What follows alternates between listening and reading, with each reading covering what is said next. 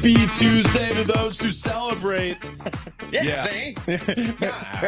We're going down to the shaggin' wagon. Gotta know some sports adjacent content, see? That's right. NBA All-Star Game, some Padres updates, and a bowler cap for the winner of our grand prize today, Shay. No, we have a lot of fun planned. And yeah, we're going to be getting into the NBA All-Star Weekend a little bit. But before we get into that, I want to hear about all of your weekends. Fletch, we'll start with you.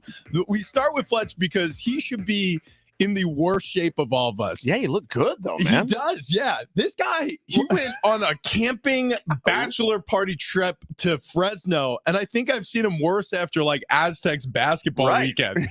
That's accurate. I was so responsible this weekend. Which, hang on, that says two things to me. One, was this a lame bachelor party? Two, what the hell goes on with Aztecs basketball? Oh, well, they won on Friday night, dude, playing tonight for the number one seed in the Mountain West. So no, I get that. I'm just saying, under normal circumstances, you walk in here and it looks like a bear attacked you some Mondays and Tuesdays after a holiday weekend. That's a little lack of sleep. And, it happens, But bachelor party was awesome, actually. We had a great little cabin because it was raining. It actually snowed on my drive home, which was kind of crazy to see. But it was great. We were like an hour outside of Fresno, up on the way to Yosemite, partied our faces off. I won Beer Olympics, which is why I woke up the next day not hungover, because I made everyone else drink a lot. I didn't have to drink. Wow, okay. All right. It was honestly great. The groom had a really nice time. It was a little more low-key than some bachelor parties I've been to because we were out in the middle of the woods. But I did learn Brock the dog is a mountain dog. I just let him off the leash. You took him with you? Oh, yeah. Oh, wow. He was running all over the mountain. He loved it. It was a great time, dude. Okay. Jumped in a freezing cold lake. Awesome. Wow. No fear of him being eaten by anything. Nah, he was good. He'd eat a bear. Oh. Yeah, he would. What about the line that you said? Yeah, I don't know. I was blackout drunk that night. Damn close. Okay. But woke up not hungover. I stuck to beer only.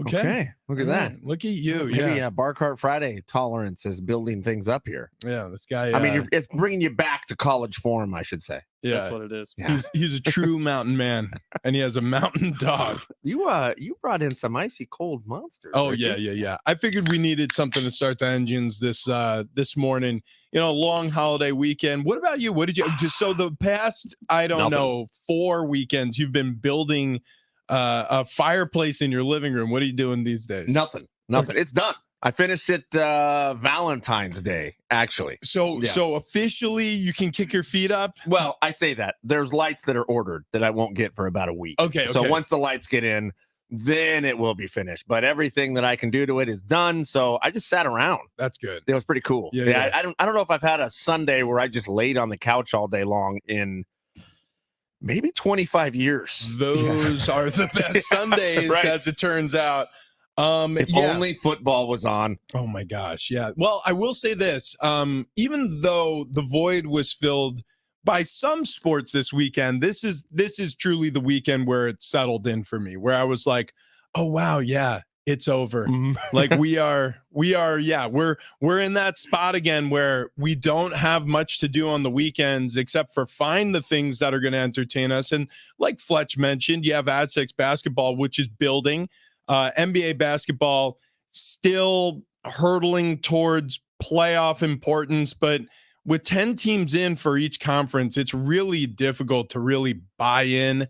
And we did have the respite of the All-Star weekend, which we'll get into in a second. What I did, though, is I completely distracted myself with a family trip out to the Catamaran Resort. Sweet. Just down the beach from our house in Pacific Beach. If you've never been, you gotta go there. Even if it's for a staycation, if you got family coming in town, the waterfall in the lobby, the koi ponds everywhere we look. We had one pool day. It was warm enough this weekend that the kids got to jump in. It was awesome. Yeah, Saturday, Sunday were beautiful. Yeah. Are we about to get rain again? Yeah, it's coming, man. The hell? Yeah. So we fit it in. A substantial amount of rain, as I use air quotes. Yeah. Substantial means any rain in San Diego. I'm also noticing that since we had those like awful floods a month ago or so, since then, every time there's any sort of rain, I get 9 flood warnings on my phone. Oh, yeah. Yeah. They're letting you know. They're letting you know for sure. Well, and I think there may have been some people who that flooding snuck up on, right? So a little bit eager to let people aware of, hey, park your car on high ground. Yeah, I will be honest. Snuck up on me. Snuck up so much so I didn't know it happened until a week later. Yeah, well, that's true too. I'm like, wait, what? For a lot of people who weren't in the flood areas that were affected, we got text messages from people all over the country. They were like, hey, how are you surviving? I'm like, fine.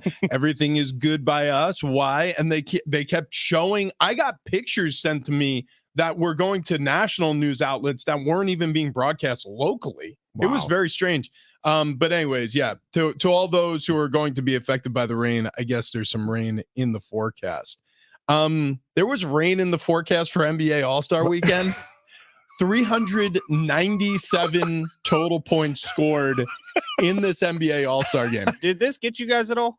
What do you mean? Did it reel you in at all? Were no. you paying any sort of attention? But I did tune in to see what the court looked like with its digital movements. Yeah. And I got to tell you, if I was playing on that court, I would probably fall over. I mean, there was so many things happening, so many moving parts underneath you. I feel like it'd be very hard to play. I guess when you look at it from afar, when you have even whatever, that camera's probably set up 40 feet away, it's so jarring. You know what I mean? When you're seeing the players run around, my guess is when you're actually on the court, because all those pixels are relatively large, it's not as hard for you to concentrate, but it's weird. It's weird to look at. It was weird during the slam dunk contest. And then during the game, to be perfectly honest with you, the one thing that I keep recognizing every time because look, we're watching all these things, we're seeing the clips of them. This is not for us. This is for your kids. And even for your kids, like I tried to have my son my oldest watch the NBA All-Star game. It's not even really for him. I think the NBA is kind of lost in like how they can make this relatable. Maybe there's a short window during like the teenage years where this is still relevant, or maybe it's for the hardest of hardcore NBA fans, or maybe it's for an international fan base. But I feel like this is missing its domestic audience in a big way. Well, I feel like there needs to be some sort of payout for it or payoff for it, because I mean, nobody wants to get hurt. Yeah, so it's, I mean, and I get it. I understand you don't want to get hurt, but if you have the ball, you have free reign to shoot it. Yep. I mean, the end. So what makes something out of it, I guess, because just one shot, the next shot, the next shot, the next shot, a little boring. Yeah, Dame Lillard was your game's MVP. He had 39 and he hit 11 3-pointers. So there you go. Like what you just said, like one of them, the only highlight that I really saw from Dame after the game was him hitting a half-court shot. And I was like, that's great. How many did he miss? Right. Right. I think I'm done complaining about the MLB and NBA and football, whatever their all-star game, the Pro Bowl weekend. I'm done complaining about those. I think those leagues either need to make a serious effort to hit their domestic audience, the people that pay the bills year after year, or they just need to go away with them completely. And maybe have a weekend where everyone just comes and hangs out together. But don't worry about broadcasting it. Don't worry about putting it on. Just make it a convention for NBA players and media to attend, to where you can do the forced interviews and sling Old Spice all over the country. I think I'm done. Ruffles is what they were pushing over the weekend. Oh, yeah. They have ridges. I don't know if you guys know this. Watching these forced games where nobody really cares. Well, if you don't care, why do I care? So I'm done complaining about it. I'm done caring about it. Did you guys see the celebrity all-star game? It was actually more impressive than the regular all-star game. That's what I thought. It was more fun. Yeah. I mean, and truly, I almost feel like they should do, maybe it's another way for guys to get hurt, but like a celebrity pro crossover. Right. And it doesn't have to be the pros against celebrities that'll get crushed, obviously, but even maybe that would be funny. Like maybe play a celebrity game, the winner advances to play against the pros in the all-star game. Do a pro-am. Yeah, something like that. Yeah. Well, as I was watching these NFL stars out there playing basketball and goofing around, I thought, that's the Pro Bowl. Yeah. Do that for the Pro Bowl. Do that long drive competition that we were talking about for the Pro Bowl. I mean, that was so much more fun than the actual All-Star game. I think we accidentally fixed it. For All-Star games and Pro Bowls moving forward, I think what you do is you switch sports. Just swap them around. Like NBA should play flag football. the NFL should play a pickup basketball game. And then, like, I guess Major League Baseball should play golf, and then golf should play home run derby.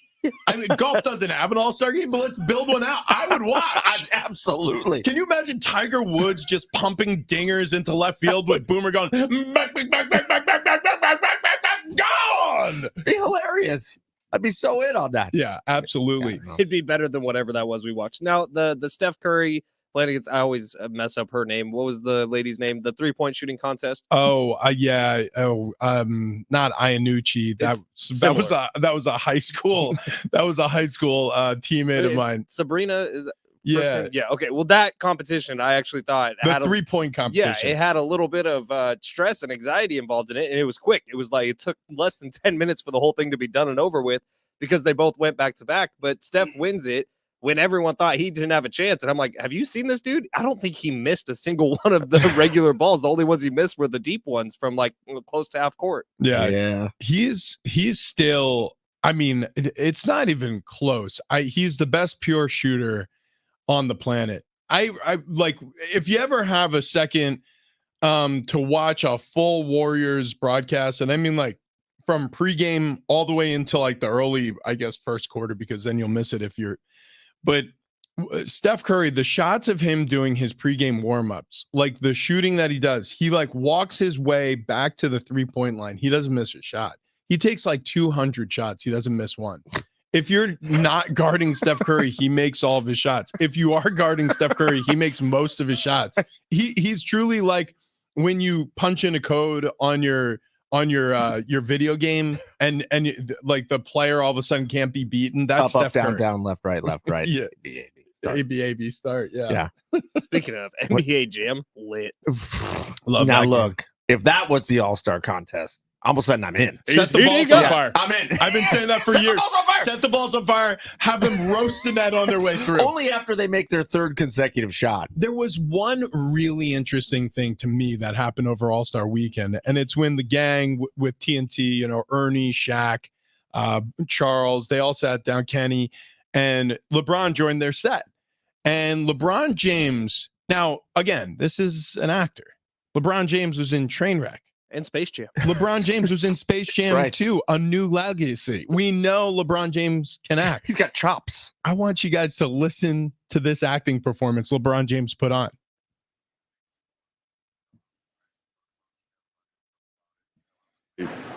Charles been in the league, Kenny been in the league, Shaq been in the league, and sometimes there's conversations happen behind closed doors that you don't even know about.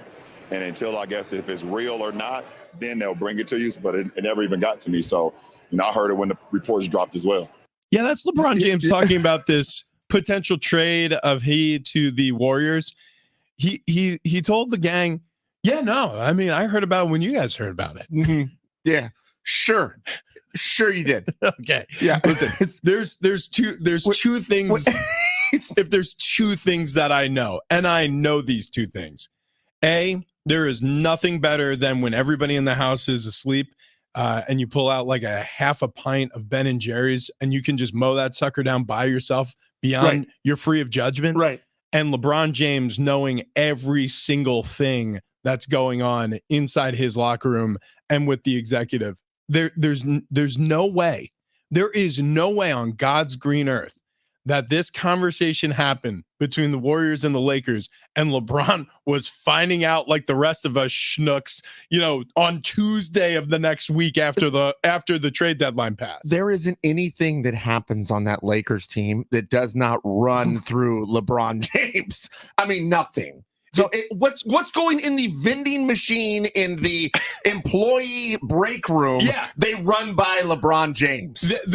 Like I'm sure before they hire a janitor, they go, "All right, listen, should we talk to LBJ about this?" And they're like, "Yeah, we better." Just real quick. Yeah. So this whole thing that happened, if you're catching up on the fly, LeBron James was sourced. The reports were that he was going to be traded to the Warriors. And we don't know what the package was going to look like. It was kind of dead on arrival. The Warriors are the ones who pitched it.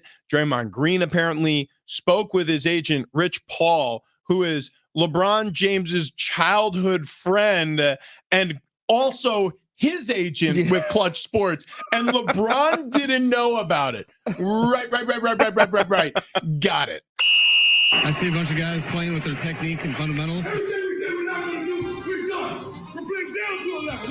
It's halftime. All right, Fletch, what do you got for us? Well, boys, how about this technique and these fundamentals, huh?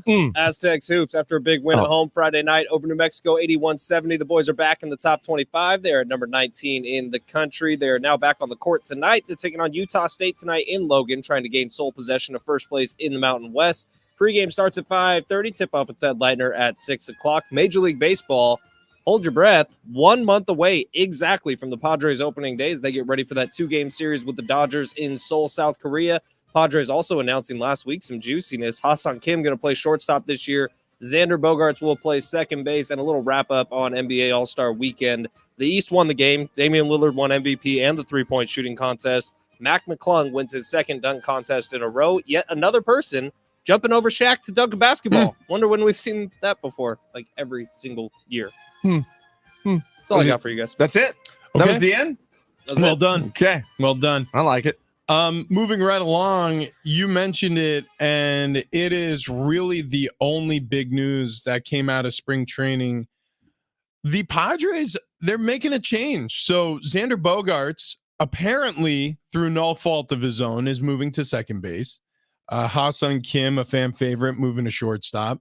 This means that the infield is basically solidified. It also signifies to me that unless something major changes, Fernando Tatis Jr. is staying in the outfield. And there's a lot of people who think that he makes better sense in the infield. There's a lot of people who believe that Fernando Tatis Jr.'s talents to a greater or lesser degree are wasted in left. But little consistency there for Toddy. And then you get Kim at a natural position.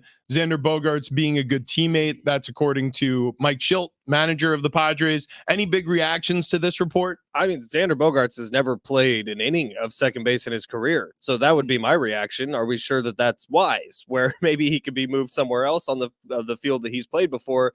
But I think we all knew that when Xander Bogaerts came over to the Padres, he wasn't coming over as a lifelong shortstop. He was going to move around somewhere. I think a lot of people assumed that would be first base eventually. But with the success Jake Cronenworth had there last year, I guess it makes sense to leave him there. Now, if you look at this, Ha-Seong Kim's best position on the field is shortstop.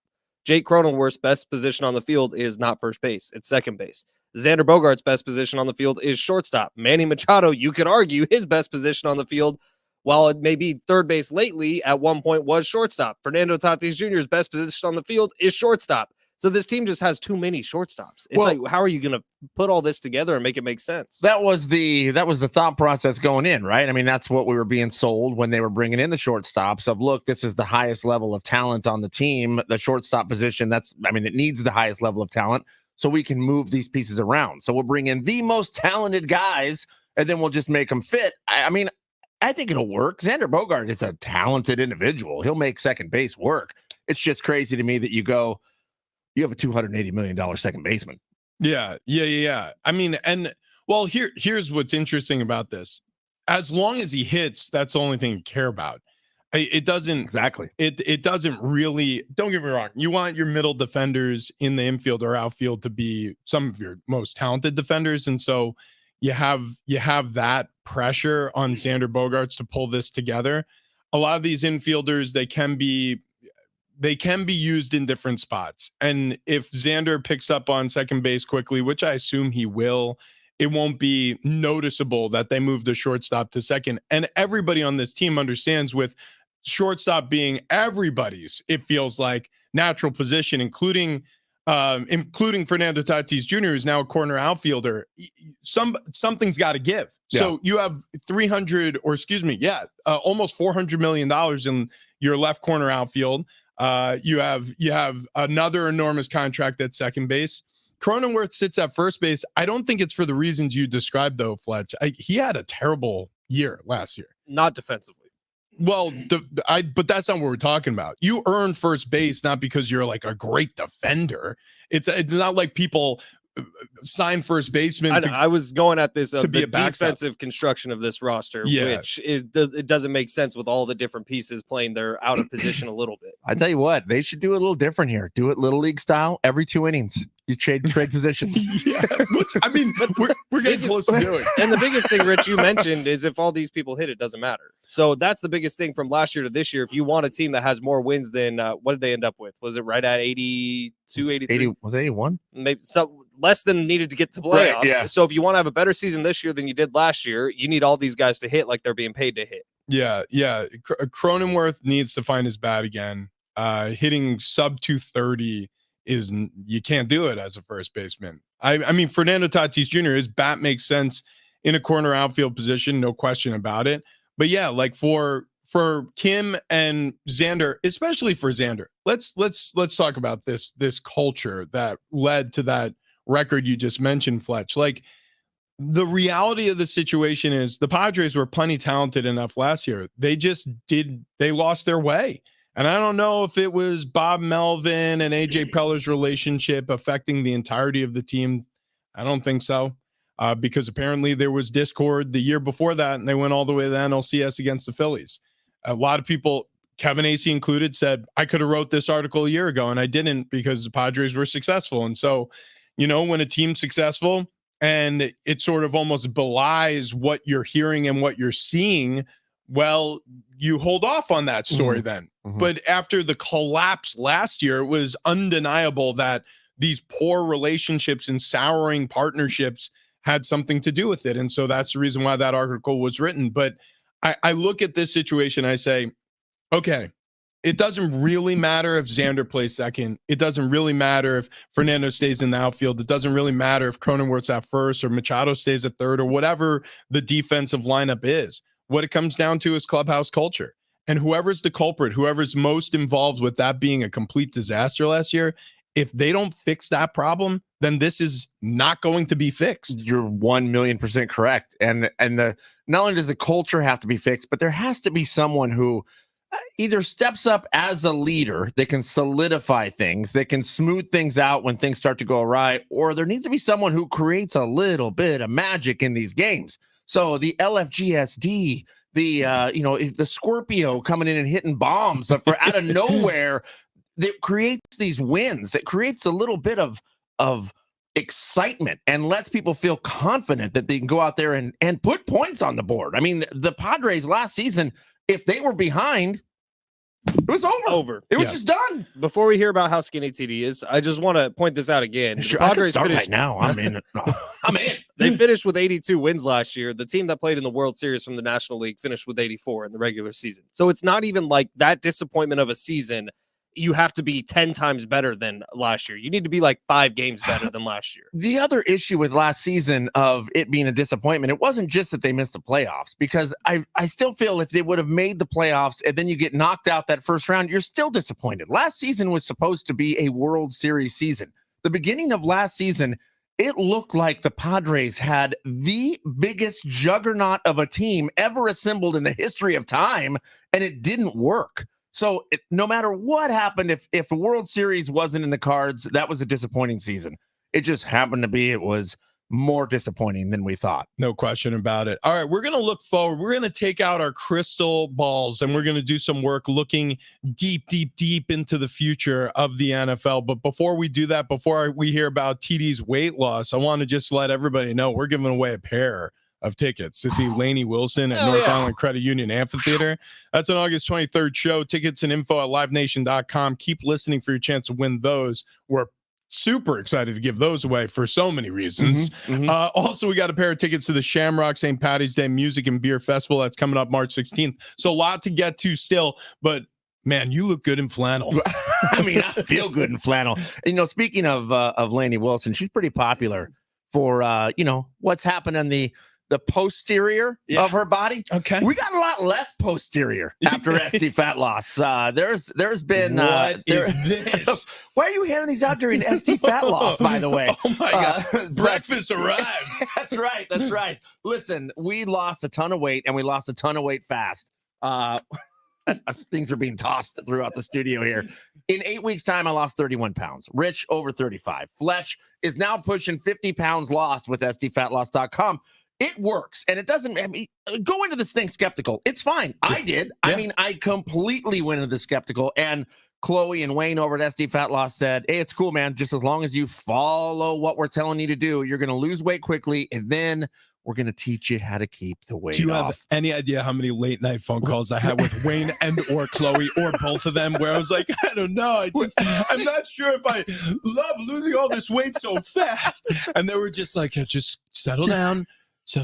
Take a breather. It's going to be fine. Yep. But I mean, there was so much more of me to love. What will people think? That's right. But look, you're going to do it without counting calories. You're going to do it without counting points. You're going to do it without exercise. And it will work. But like I said, they're going to show you how to get the weight off fast and then how to keep that weight off. You don't want to do the yo-yo diet thing. You don't want to do one of these fad diets where you lose a bunch of weight, stop the fad diet, and then gain all the weight right back. That defeats the purpose. In fact, that's even worse. So let yourself feel better. Let yourself add a couple more years to your life. So you're doing something for the family. Go to sdfatloss.com right now. Schedule your free consultation today, sdfatloss.com.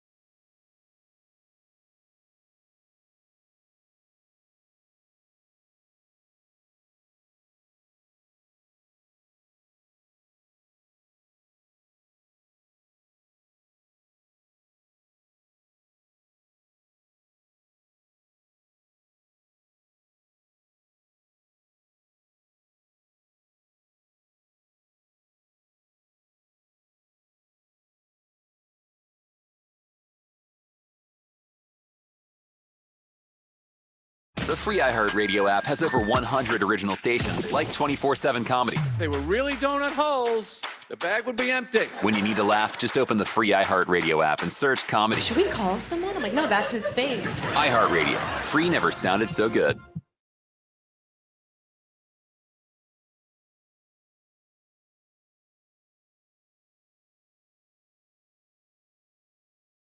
Coming up. We'll look into the future of the NFL. Next. This report is sponsored by Robert Half.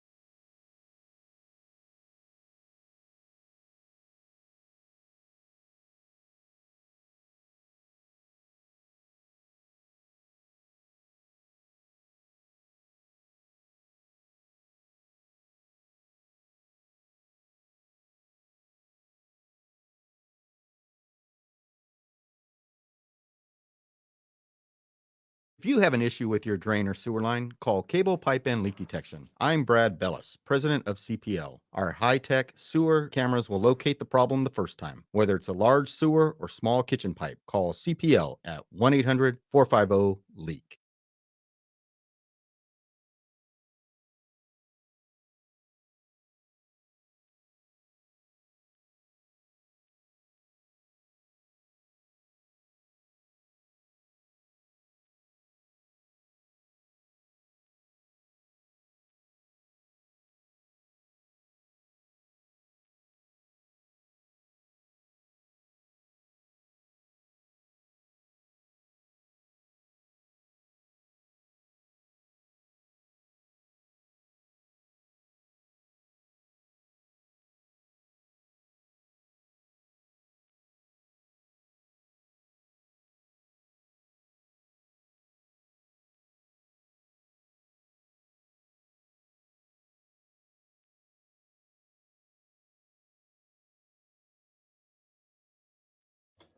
This update is presented by eBay Motors. We will begin here with Aztecs Hoops. They got a big win at home Friday night over New Mexico, 81-70. It was the blackout game. It was awesome. Boys are back in the top 25. They're at number 19. They're back on the court tonight. They're taking on Utah State in Logan, trying to gain sole possession of first place in the Mountain West. Pregame will get going at 5:30. Tip-off with Uncle Teddy at 6.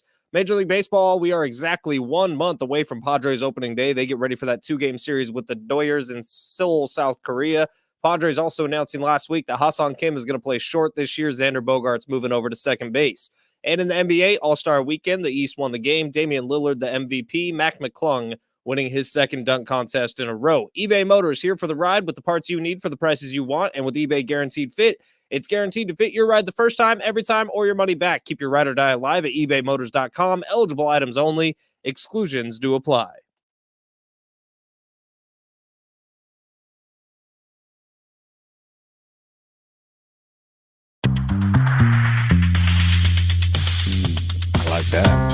Like that. Oh, here we go. Oh, it sounds like one of these. That's right. Smooth jazz. San Diego Sports 760 every single Tuesday morning. That's when we do it. Big Rich, TD, and Fletch. Also, we have a pair of tickets for you to see Lainey Wilson at the North Island Credit Union Amphitheater. It's going to be happening August 23rd. Tickets and info, livenation.com. Or just keep listening for a chance to win there. Or how about you'd like to win a pair of tickets to the Shamrock St. Patty's Day Music and Beer Festival coming up on March 16th. Tradition returns as the authentic Irish celebration takes over the streets of San Diego's historic Gaslamp Quarter District. Heading back to its root, the 28th annual Shamrock provides a full lineup of the nation's top Irish and Celtic rock bands. I almost said Celtic. That would be a basketball team. Yeah. Mm-hmm.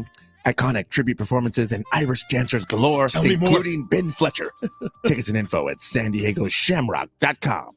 Have you guys ever been to that? Yeah. It's actually so much fun. Is it cool? I went last year. They had some VIP tickets for us, and I went last year, and it is awesome. They had a Green Day cover band that was freaking rocking. Jeez, get out there. So March 16th, your opportunity to win those tickets, a pair to Shamrock. That's right. Fletch is in big trouble at home. Oh, what's going on? I pissed off Kendall in her sleep. How did you do that? It was a dream. Oh my god. This is universal, right? Do you guys have this happen? This can happen. Yeah. Like, I thought I was the perfect husband this weekend after getting back from the bachelor party. Like, I helped clean a lot. I went I did the Costco run by myself. I brought her back a chicken bake, which is all she wants in this world. Oh, yeah. And then this morning she wakes up and texts me about how mad she is at me. Wow. Yeah. Wow. Listen, this is what marriage is. It's good that you know what she's mad at you for. It's a dream. Yeah, well, that's do you know what you did in the dream? I have no idea.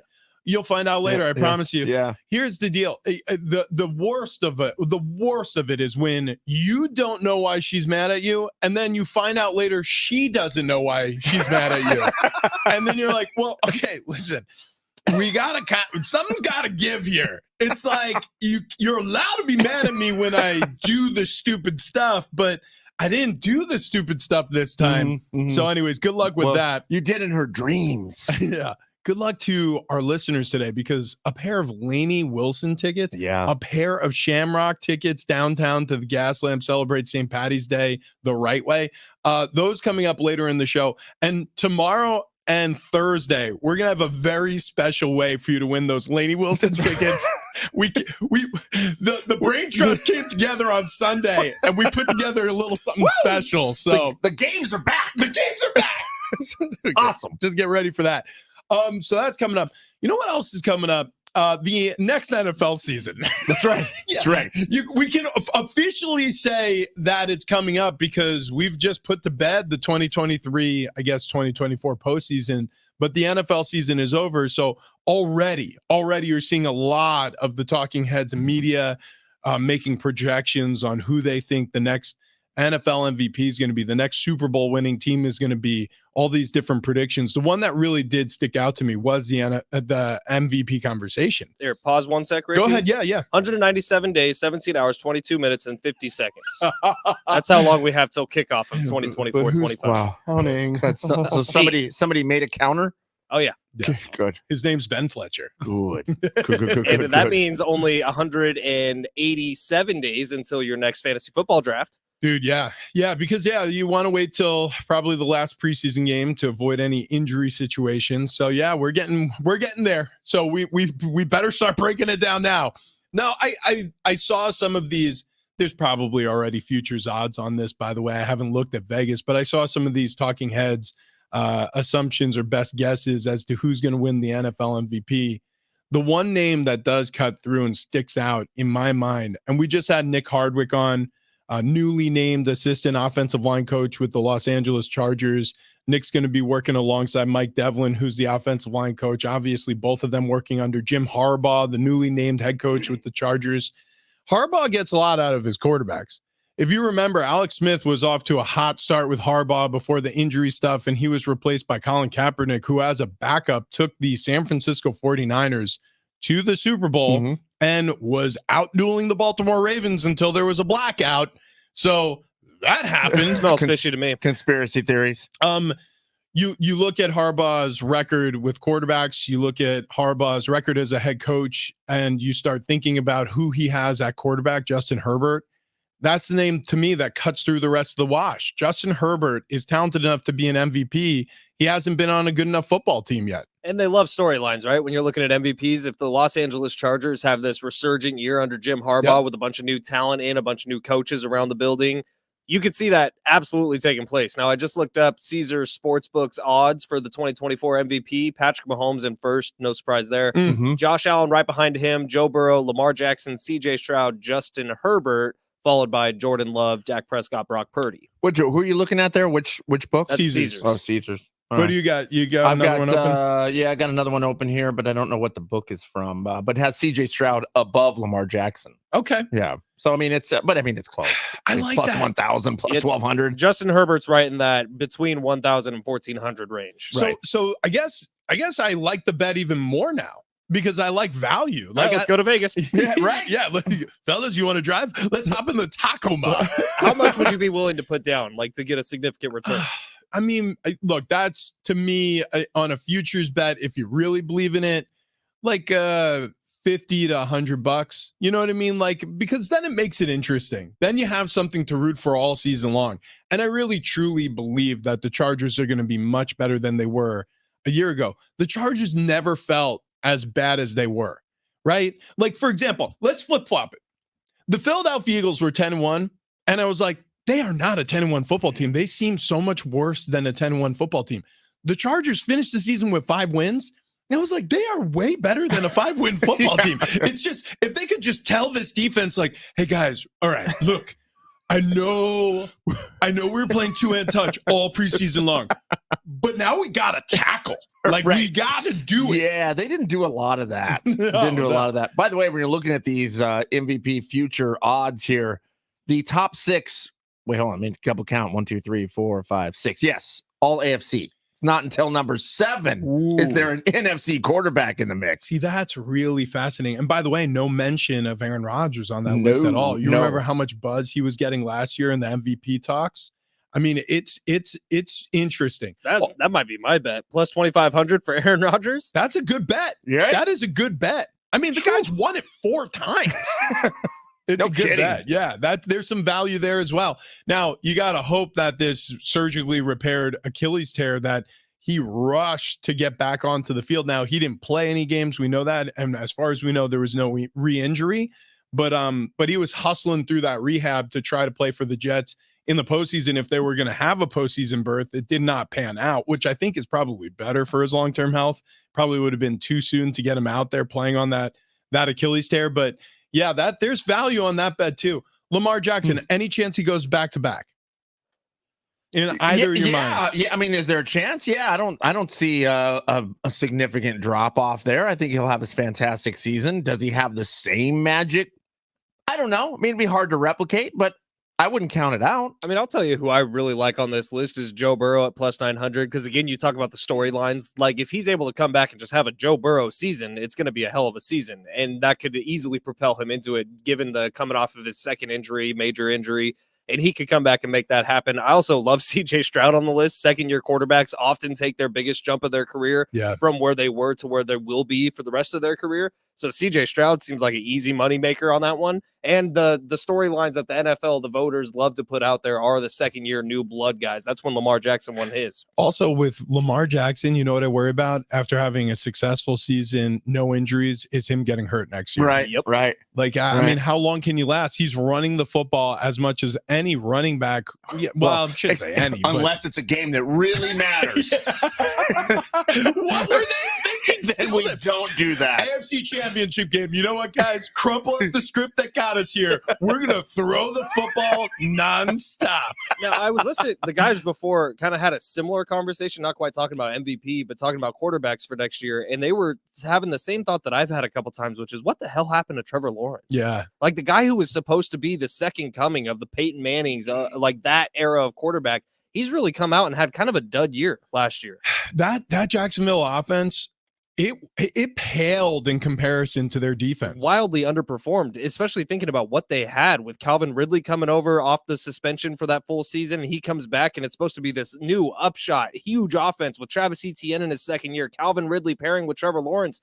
And it was just a failure most of the year. I completely agree. Yeah. Well, they need to play overseas. When they were playing overseas, they looked amazing. Yeah. So Trevor Lawrence on this list is actually the last quarterback mentioned, the last person on the list of notables, and he's at plus 3,000. Yeah. Yeah. Look, I mean, it's going to be a fight for the Jaguars because it really, if you look and you pay attention to what's going on in the AFC South now, I mean, Anthony Richardson, the Colts did not miss on him. He just got hurt earlier in the season, and they were still good with Shane Steichen as a rookie head coach and Gardner Minshew, for crying out loud. The Tennessee Titans, who knows? Brian Callahan, their new head coach, we'll see. But you look at the Houston Texans and Mika Ryans, rookie head coach, CJ Stroud, we were just talking about it, already MVP buzz coming up for next season. The Jacksonville Jaguars are up against it in their division now, so going to be tricky. All right, speaking of fighting, from the gridiron to the hardwood, there are times where something happens on the court or the field and the play-by-play does not cover what's happening at all. This was an example. We'll get to that in just a minute. But first, I want to talk to everybody about my dentist, Dr. Jordan Colby over at Ocean View Dental. You've heard me talk about this before, and I share this information with anybody, whether I'm on the air or off the air, because there's truly certain people who you meet in their trade, whether they're a contractor, I don't know, whatever field they're in, a tax accountant, where you feel like, oh, I have to share this with people I care about, because how often is it that you run into people who are like, I didn't do well at tax season, or geez, we got that roof put on, but we still have leaks. It's like when you have a good one, you want to share it with people. Well, that's how I feel about my dentist. I've never realized how important it is to have a great dentist. I've had a good one before, but never a great one. Dr. Jordan Colby at Ocean View Dental is great. So everything happens in the same office. It doesn't matter what procedure you're having, big or small. You're getting your teeth cleaned, or you're having, like me, several extractions and implants in your mouth. I had dental surgery in his office. It was the most comfortable and relaxing environment I've ever been in for any surgery, and I've had a bunch, orthopedic and otherwise. This was incredible. I was so nervous to have all this work done. I had gotten a second opinion from a different dentist. They told me it was going to take 18 months. With Dr. Jordan Colby, The 3 implants and the tooth extraction I had done only took 3 months. And like I said, everything happened in the same office. All the imaging, all of the prep, all of the, the positioning, the surgery itself, everything happened in the same office. And I walked away confident and comfortable with my smile, but also basically pain-free. I was able to broadcast the very next day. I thought I was going to miss time at work. I didn't. So if you're like me and you're searching for a dentist you could trust, maybe you didn't even realize that you didn't really love your dentist, it's time for a change then. Dr. Jordan Colby at Ocean View Dental. You could check him out on his website, oceanviewdental.net. That's oceanviewdental.net.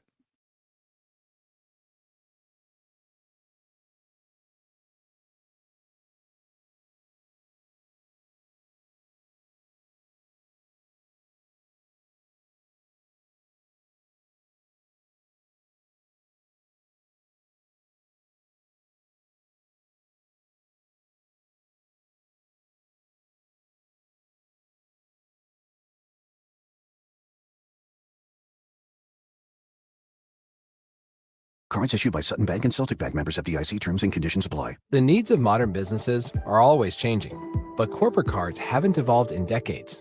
Until now.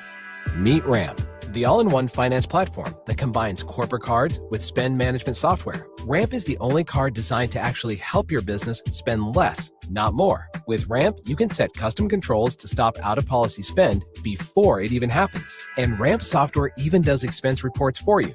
No more manual entries, no more chasing receipts. And with best-in-class accounting integrations, you'll close your books in days, not weeks. Ramp gives you better insights and a real-time view of all company spend, so you can stay focused on the big picture and build a healthier business. Join over 15,000 businesses who have switched to Ramp and start saving an average of 5%. Modern finance runs on Ramp. And now get $250 when you join Ramp. Just go to ramp.com/sports. That's ramp.com/sports.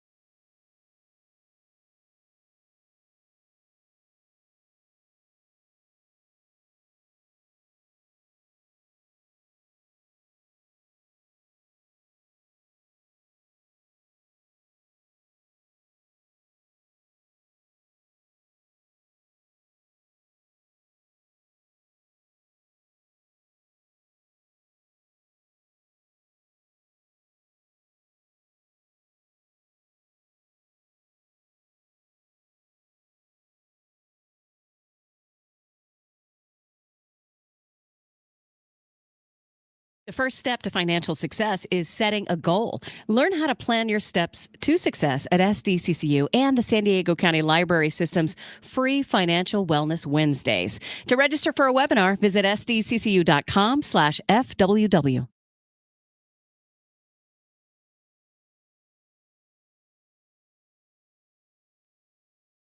It was a fight and a basketball game broke out. We'll explain.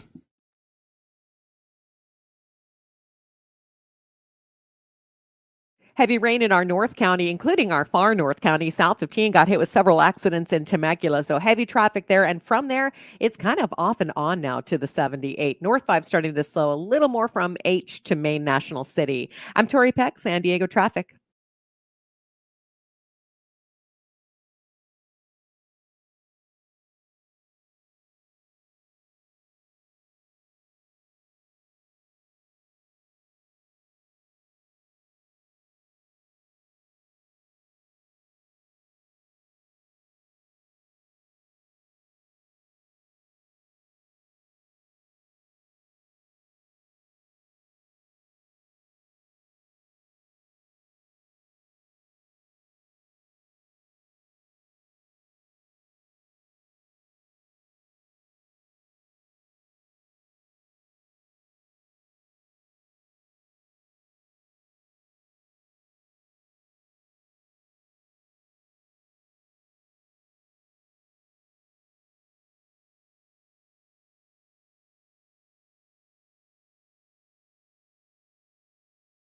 1 in 3 teens, boys and girls, have experienced violence from a partner in a single year. Signs include injuries, excessive texts and calls, and isolation from family and friends. For 24/7 support, call 211. Brought to you by the County of San Diego Health and Human Services Agency.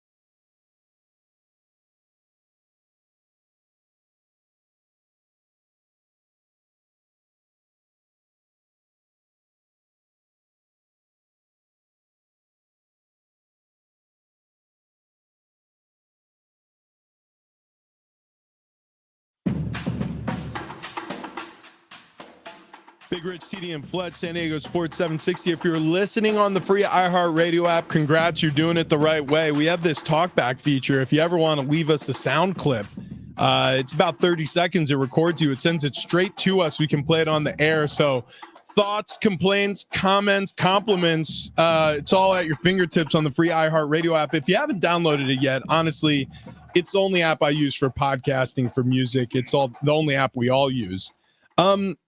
So check this out. There was this game. I mean, nobody saw this. I mean, some of these mid-major games, they have real juice, real buzz. I mean, San Diego State, for example, is considered a mid-major. And so a 19th ranked AP team, you know, it doesn't matter where you are, where you play, you can get national attention. This game probably didn't have much. Texas A&M Commerce taking on Incarnate Ward. Okay. This is not like top of the ticker ESPN stuff. This is on the Ocho. It was a 76-72 win for Commerce. But overtime game. Yeah. Okay. Big deal. Yeah. And by the way, like if you watched, and because I went back and I tried to find clips of this game, there weren't many to find. But if you watch some of the end of this game, I mean, it was chippy. Oh yeah. It was a fun finish. Yeah, that's good. It was great. Right, yeah. But it's on ESPN now for other reasons. Right. So at the end of this game, I don't know what happened at the handshake line, but a brawl breaks out.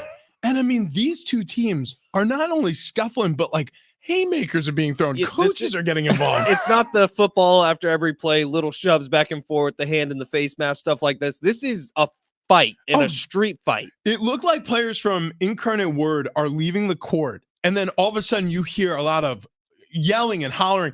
They come sprinting back. And so these two teams are literally at midcourt on the logo. And there's coaches and I mean, people are beating the ever-living dog out of each other. Now, trust me, it's a massive bodies. 50 people? Am I over-exaggerating? No. Okay. No. 50 it's people. like everybody that was in the arena for this game was involved with this fight. Listen to what the play-by-play had to say about this.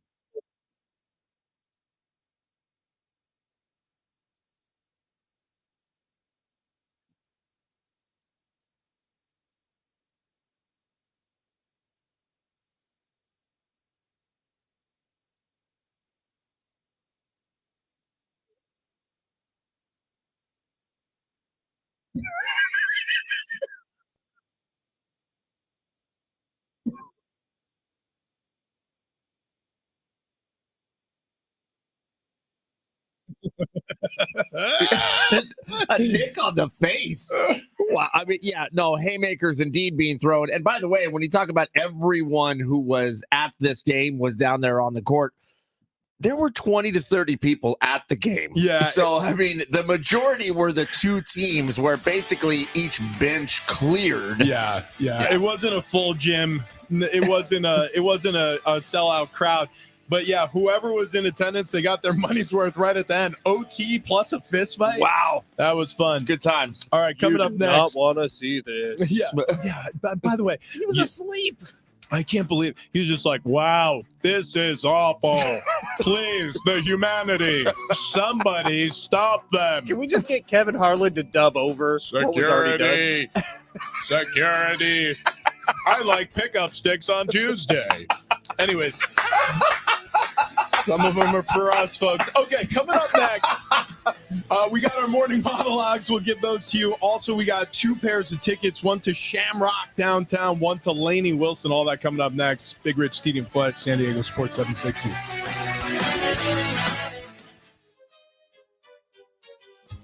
Hi, I'm Nicole Donnelly, owner of Miramar Kitchen and Bath, also chair of the local chapter of the Better Business Bureau. I find that the slogan for the BBB, Start with Trust, and as owner of Miramar Kitchen and Bath, where we believe your experience matters, that's why our experience matters, are 2 key reasons to consider our company for your next kitchen or bathroom remodel. Contractor's license 657-333. Miramar Kitchen and Bath.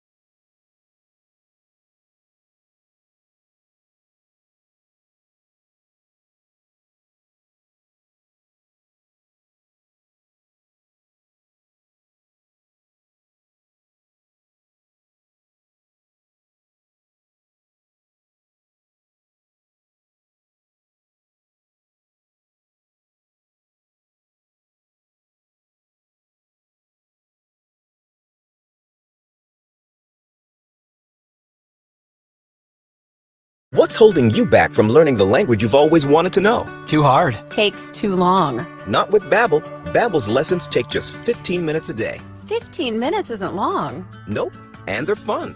Fun isn't hard. Right. Babbel's interactive lessons, podcasts, games, and more make it fun and engaging, so you don't realize you're learning a language, but you are. And Babbel's lessons are built around real life. You can choose from topics like travel, business, relationships, and more. You'll learn what matters most to you. Plus, Babbel's lessons are designed to get you speaking right away. In 3 weeks, you're able to start having conversations. Just 3 weeks. Even better. Since Babbel's lessons are designed by language experts and voiced by real native speakers, you'll get the accents just right and be able to carry on conversations with confidence. Learning a language with Babbel doesn't take long. And with Babbel, it isn't hard. It's perfect. And now, try Babbel free at Babbel.com. That's Babbel.com.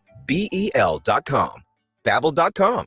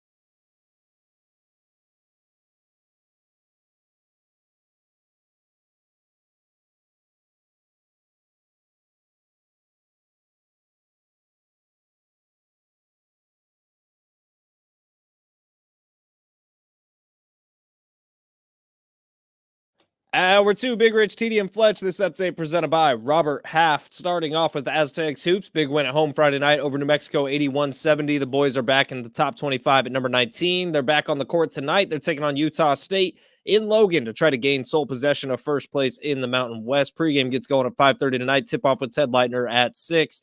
Major League Baseball is exactly 1 month away from Padres opening day as they get ready for that 2-game series with the Dodgers in Seoul, South Korea. And in the NBA, All-Star Weekend is in the books. The East won the game. Damian Lillard, the MVP. Mac McClung winning his second dunk contest in a row. Robert Half research indicates 9 out of 10 hiring managers are having difficulty hiring. Robert Half is here to help. Their recruiting professionals use proprietary AI to connect businesses with highly skilled talent. At Robert Half, they know talent. Visit roberthalf.com today. Champ here. When I'm in San Diego, I'm always hanging out at San Diego Sports 760. With who? Big Rich, TD, and Fletch. Whammy! Happy Tuesday to those who celebrate. Big Rich, TD, and Fletch with you. San Diego Sports 760. We've got 2 pairs of tickets to give away. One to Lainey Wilson. That's coming up in just a little bit here. Also, the Shamrock St. Patty's Day Music and Beer Festival. We got a pair of tickets to that as well. So keep listening for your opportunity to win those. We covered a lot in the first hour. A little Padres baseball, a little bit of the NBA All-Star Weekend, a little bit in college basketball, some NFL. But we're going to focus on the Padres a little bit after morning monologues. What do you got, TD? I was just thinking, would anybody be opposed to like a live jazz band here in studio doing our ins and outs? I'm so glad you asked. The Fantastic Three are going to be joining us. They lost their 4th, and I feel terrible about it, but they were getting notes and letters for trademark infringement, so it's probably better. Be cool if it was like Max Weinberg and the Max Weinberg 7 who were here. The Fantastic Three, they were a jazz quartet. They're now to a jazz triumvirate, but they are fantastic nonetheless. They'll be joining us on a bar cart Friday. I like it a lot. I like it a lot. Heavy trumpet. We don't even actually have to have them in. We could just play music and pretend that there's a live band here. And we could. It's radio, man. We'd be lying. Yeah, I know. That's fine. Listeners, if you're comfortable we with don't that, do that. Never. Right. Not once in the history of this show, the greatest American sports talk radio show on the planet. I'm fairly certain that's been voted several times by many people. Yep. All right. Moving right along to the morning monologue. Do not look that up. Moving right along to the morning monologue. Let's hit it, Fletch. Friday.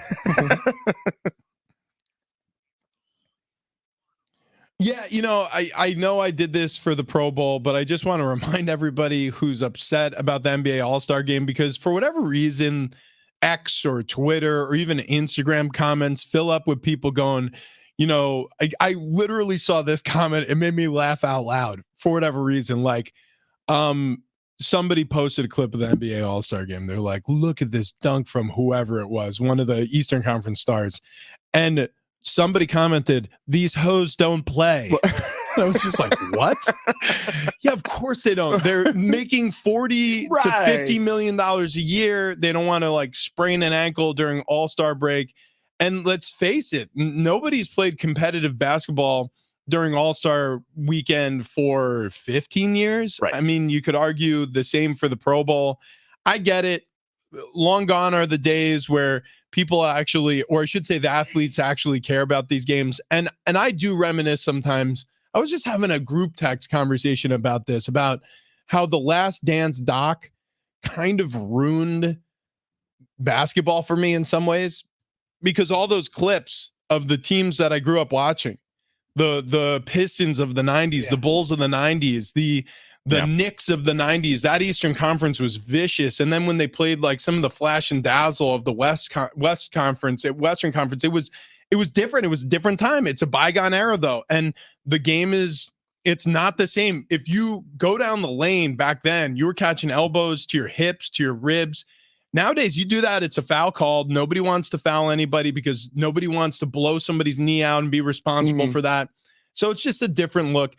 Again, pump your brakes if you're an adult complaining about the All-Star game, though, because it is not for you and it never has been. Even the slam dunk contest, even as cool as it was for certain adults during the early years of that, it was still for kids, like the home run derby, like all this. That's who they're marketing towards. So it's time to grow up. I get it, but even if it's for kids, I mean, you're just watching people just run up and down the court and shoot. At least do something to where, you know, it's a bonus point if it's some major dunk or something. I mean, it make it to where it looks like I'm watching All-Stars instead of just time is passing as people just shoot as much as they can. Yeah, I don't really understand why they even play it anymore, but yeah, it's a part of the culture, and so I think it will continue to be. They play it because Ruffles has ridges. That's right, and they want you to know it.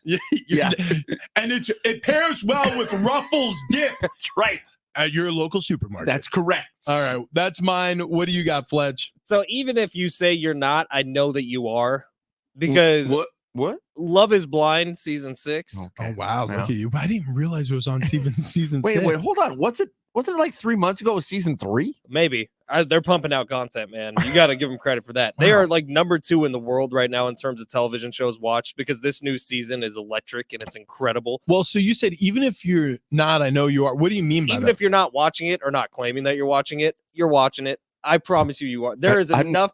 Both of you lying? Yeah, probably. I'm not watching it. I couldn't tell you. I watched the first season all the way through. The second season I got halfway through and then I dropped. Then allow me to make a recommendation. Okay, watch the newest season. Because what's happening? I'm telling you, the highest level of drama is playing out right before our eyes, and it's not anything to do with the NBA All-Star Game. It is everything to do with Love is Blind, because this latest season has like over 1.2 billion minutes watched already on Netflix. Geez. Like America is consuming this at such a high clip. But the love triangle between Jimmy, Jessica, and Chelsea has really gotten out of control. So I don't know if you guys, but so this Chelsea chick, she said in like one of the first few episodes that like people have compared her to Megan Fox. False. Like Megan Fox is a dime piece of a 10. This girl, who knows? Oh my gosh. Wow. Oh my gosh. Okay, but the Jessica chick is actually smoking hot. I'm almost finished. I am watching. You're right. So listen to this. On TikTok, Chelsea came up across my For You page and she said something like, okay, it'd be really cool if like the people could fill up my comments who were there saying I look like Megan Fox. She looks nothing like Megan Fox. But she was like begging people to tell her she looked like Megan Fox. Okay, so here's where it ended up. Her name's Chelsea? Where Jimmy was down to like a 50-50 proposition between Jessica and Chelsea. Now, Jessica has a kid, and that was a big part of the reason why Jimmy was staying away from it. Chelsea says she looks like Megan Fox, so if the personality dipped a little bit with Chelsea versus Jessica, he was going to go with Chelsea because she said she looks like Megan Fox. Meanwhile, Jessica is a dime piece, like smoking hot. And he hasn't seen them. And he hasn't seen either of them. So he ends up picking Chelsea, and you could tell from the first moment he walked out that door, he was like, damn it, she lied. Wait, hang on. What's the other one's name? Jessica. Let me see. Jessica. Right in Jessica and Chelsea. I guarantee both of them will come up in a side-by-side. Yeah, because I saw Chelsea, who, by the way. She's pretty. Yeah. I saw the But she's TikTok not Megan video. Fox. Wow. I mean, how many human beings are? No, that did not work. Whoops. Oh, here we go. No, that's Megan Fox. Anyways, let's go back to Jessica Love is Blind. Well, all I have to say about that show, for anybody who's never seen it and doesn't know what Fletch is talking about, it's a bunch of guys, a bunch of girls. It's a dating show, but they don't get to see each other until they decide to get engaged. So they're talking to each other behind this opaque screen, and they're sitting on opposite sides in basically the same room. It's just separated by what is, a plastic curtain that you can't see through. And so you can hear their voices. You can hear if they sound sexy. They can tell you whatever they want to tell you. They could tell you that they look like Megan Fox if they want to tell you that. So in a couple days, Jimmy now gets to meet Jessica for the first time. Hold on. And see what she looks like. Is this Jimmy who's sitting next to Chelsea? Yes. And meanwhile, Chelsea is way out of his league. I mean, light years out of his league. In that picture, yes. Okay. And I hate to sound like a total jerk, but when you see them standing side by side and it's the full body in range, I think you'll understand why Jess is light years above Chelsea. Well, but both of them are out of his league. Well, I'm looking at Chelsea right now, and I can tell you, she's going to have a honeydew list. It's very long. There's a lot of things she finds on Etsy, and there's a lot of things you have to make. The latest episode that's been released makes her intolerable. Oh no, because of the way she speaks. To Okay, him. so I cannot wait to watch this now. Producer Michael Usher texting in saying you are absolutely correct and that we need to watch. Thank you. Yeah. All right. Well, I'm telling you, season 6. Dank. And by the way, it's a wow, dank. You did mention that this bachelor party was also dank this weekend. What would you say is danker? Season 6 of Love Is Blind or the bachelor party you went to this weekend? Okay, the bachelor party, but I understand why people get sucked into Love Is Blind. Can I ask you a question real quick? Would you say more dank or danker? Dankest. Well, okay, but more dank. Yeah, right. Okay, More so dank. Okay, Not to spend the entire show on Love Is Blind, but I went into it and Kendall turned it on and she was like, "Oh, I'm gonna turn on the new season of Love Is Blind. I heard it's really good." I was on my phone for the whole first episode. By the second episode, I was on my phone for half of it. By the third episode, I was on my phone for a quarter of it. By the fourth episode, I was locked in. Yeah, we got to watch this. What was the dude's name again? Jimmy? Jimmy. He sucks. Jimmy. He does. He looks like he sucks. If the curtain opens and Jessica is standing on the other side of Jimmy, she leaves. Probably. She does not hang out with Jimmy. Well, what's crazy about it is the way they do it. It's the most awkward and funnest way to do this because they have cameras on both the people. They're getting engaged and right they're about to get engaged right there. And they're walking down this long corridor toward each other. So you can tell more so when somebody's walking, their body language, it's like all they want to do is turn and run. Sometimes they're running towards each other and there's electricity immediately and they hug each other and there's tears and it's like a real engagement. And sometimes you could tell like the woman's like, oh my God, his voice looks nothing like his face and his face looks like it's been beaten with ugly bat. And it's the funniest thing you'll see. Man, Chelsea does not really look like Megan Fox, but I could see that somebody told her that at some point in her life. But she's beautiful. What are you talking about? There's the close-up of Jimmy after the fact. He said, yeah, she totally lied about how she looks like. She told me she looks like Megan Fox. And then he catches himself and realizes she's also going to watch this eventually. And then he's like, but she is beautiful. Just she doesn't look like Megan Fox.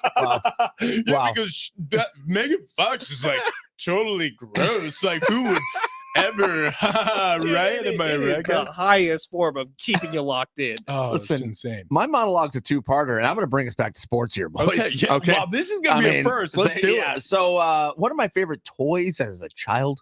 I mean, growing up, I had maybe a dozen of these things over my lifetime. I played with it probably every day. I played with it in the house. I played with it outside. I played with it with my friends. I played with it by myself.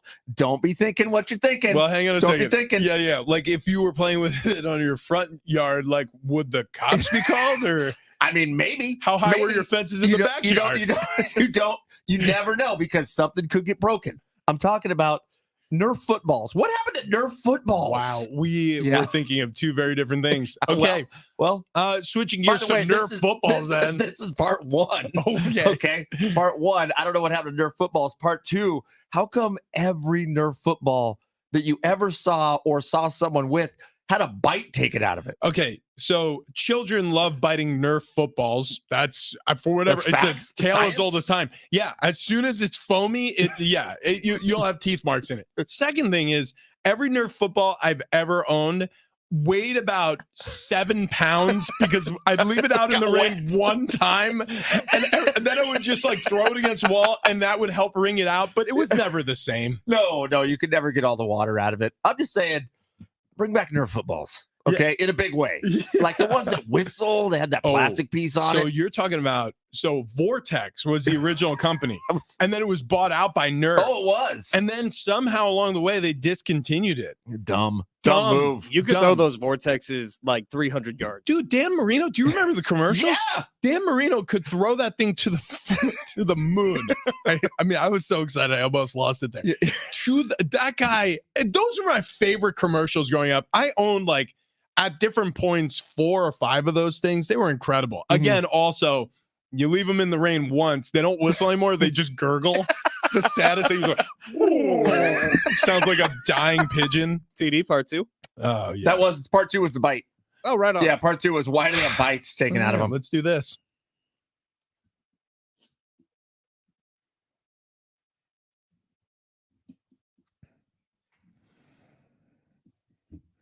All right, what I got is the 2024 Daytona 500 in the books. Winner William Byron. He put his number 24 Chevrolet car in victory lane.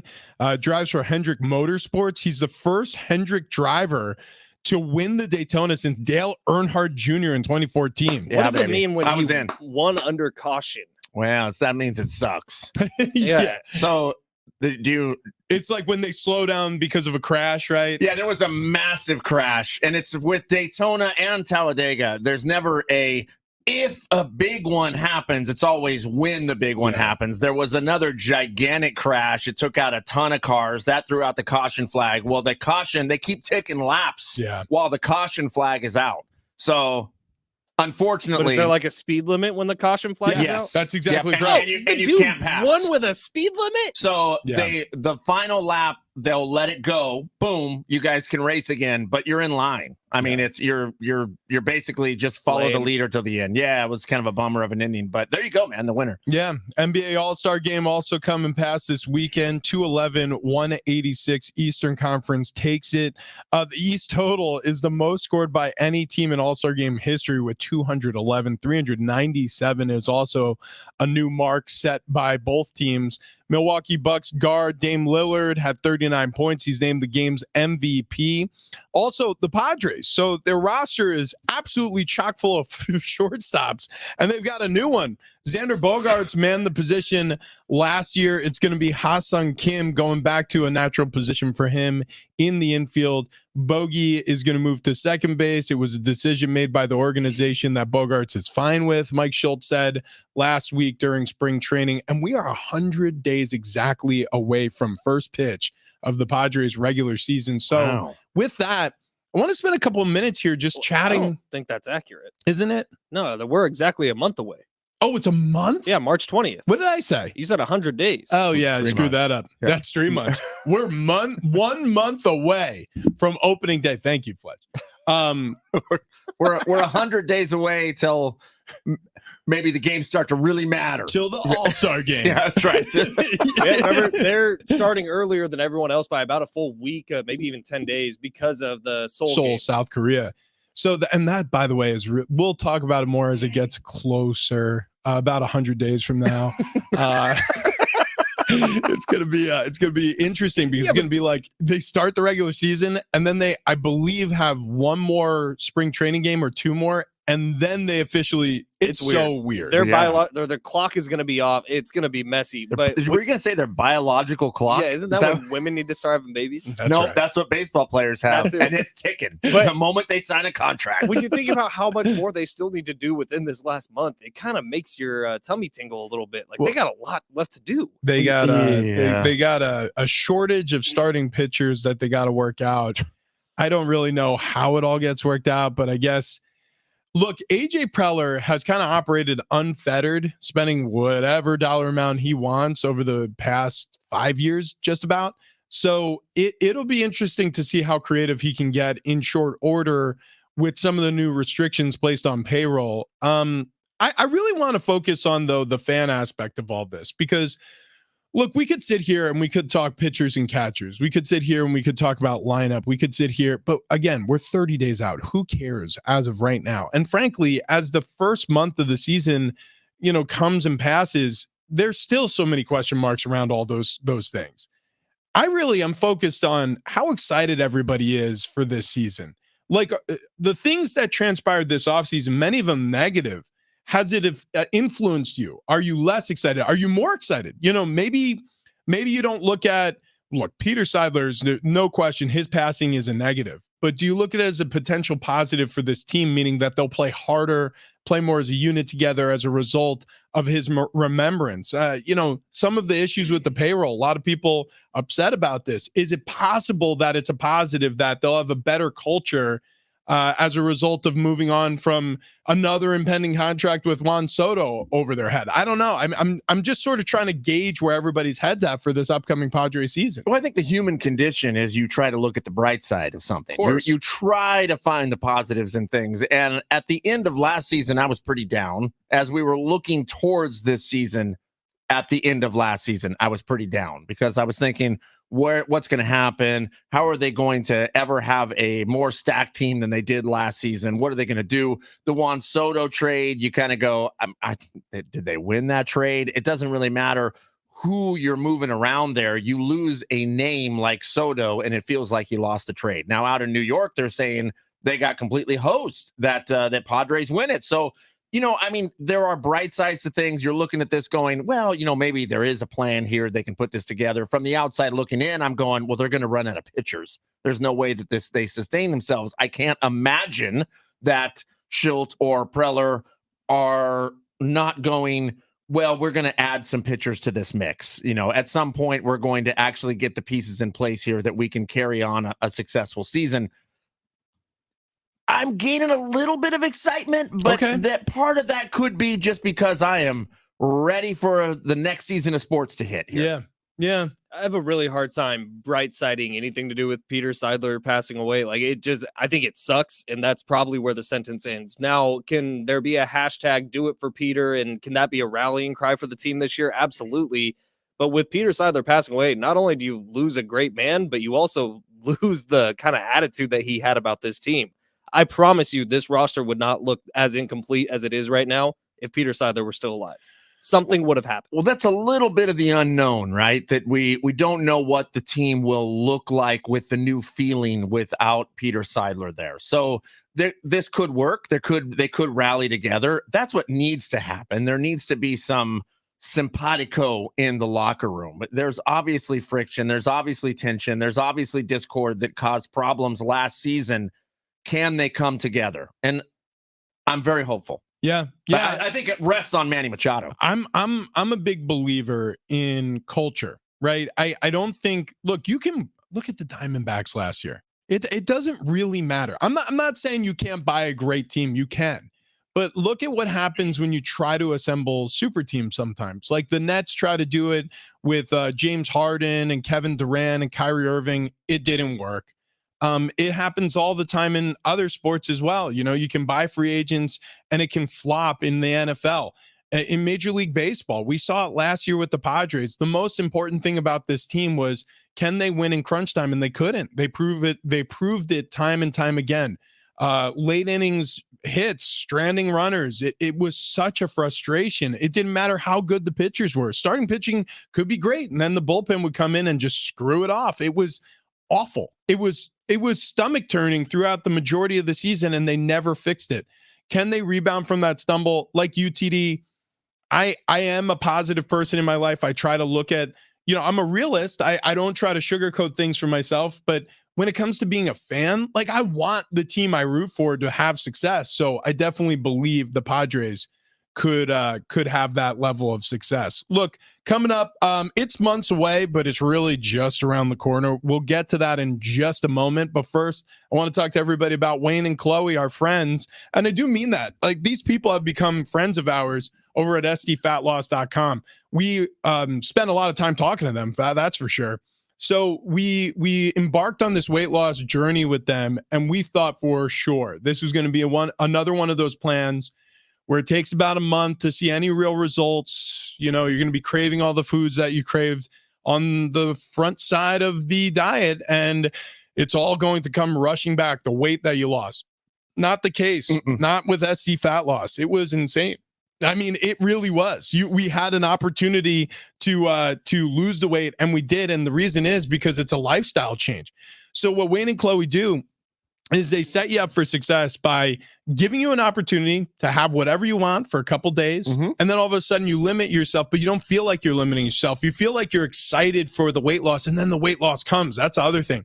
You stay engaged, because within the first week, I think I lost 8 or 9 pounds. Yeah, I think I was 7 pounds in a week. Yeah, Fletch dropped like 12 in the first week. It was insane. Which, by the way, the first couple days I went, it's not working. There's nothing coming off. And then all of a sudden, boom, man, it started falling. So if you're like us and you've tried many different weight loss plans and they didn't work, especially at first, and it was discouraging, this is one of those plans where you get started, you lose weight immediately. And I mean immediately. Within the first month, we're talking 30 days. That's the distance between now and first pitch of the Padres season. You could be down 30 pounds, just like the three of us.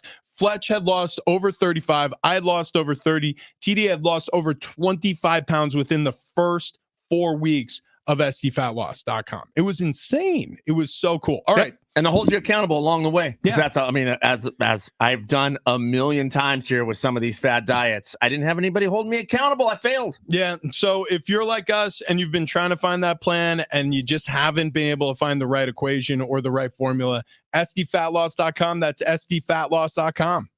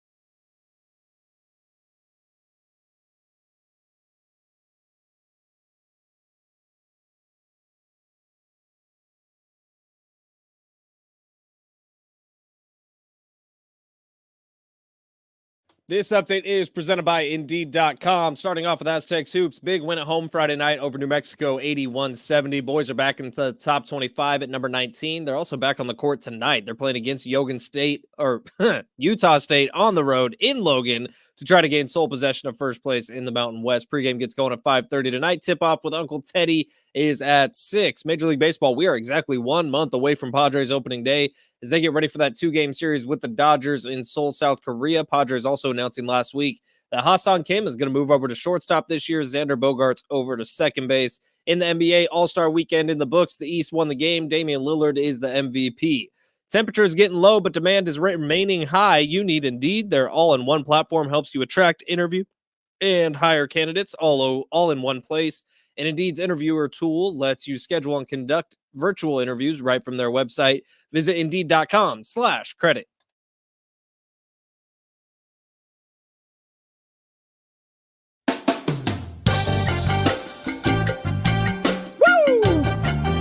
Big Receiving Fletch, San Diego Sports 760. We are rolling through a Tuesday, and we have yet to give away any of these tickets. We got a pair of tickets to go see Lainey Wilson at the North Island Credit Union Amphitheater.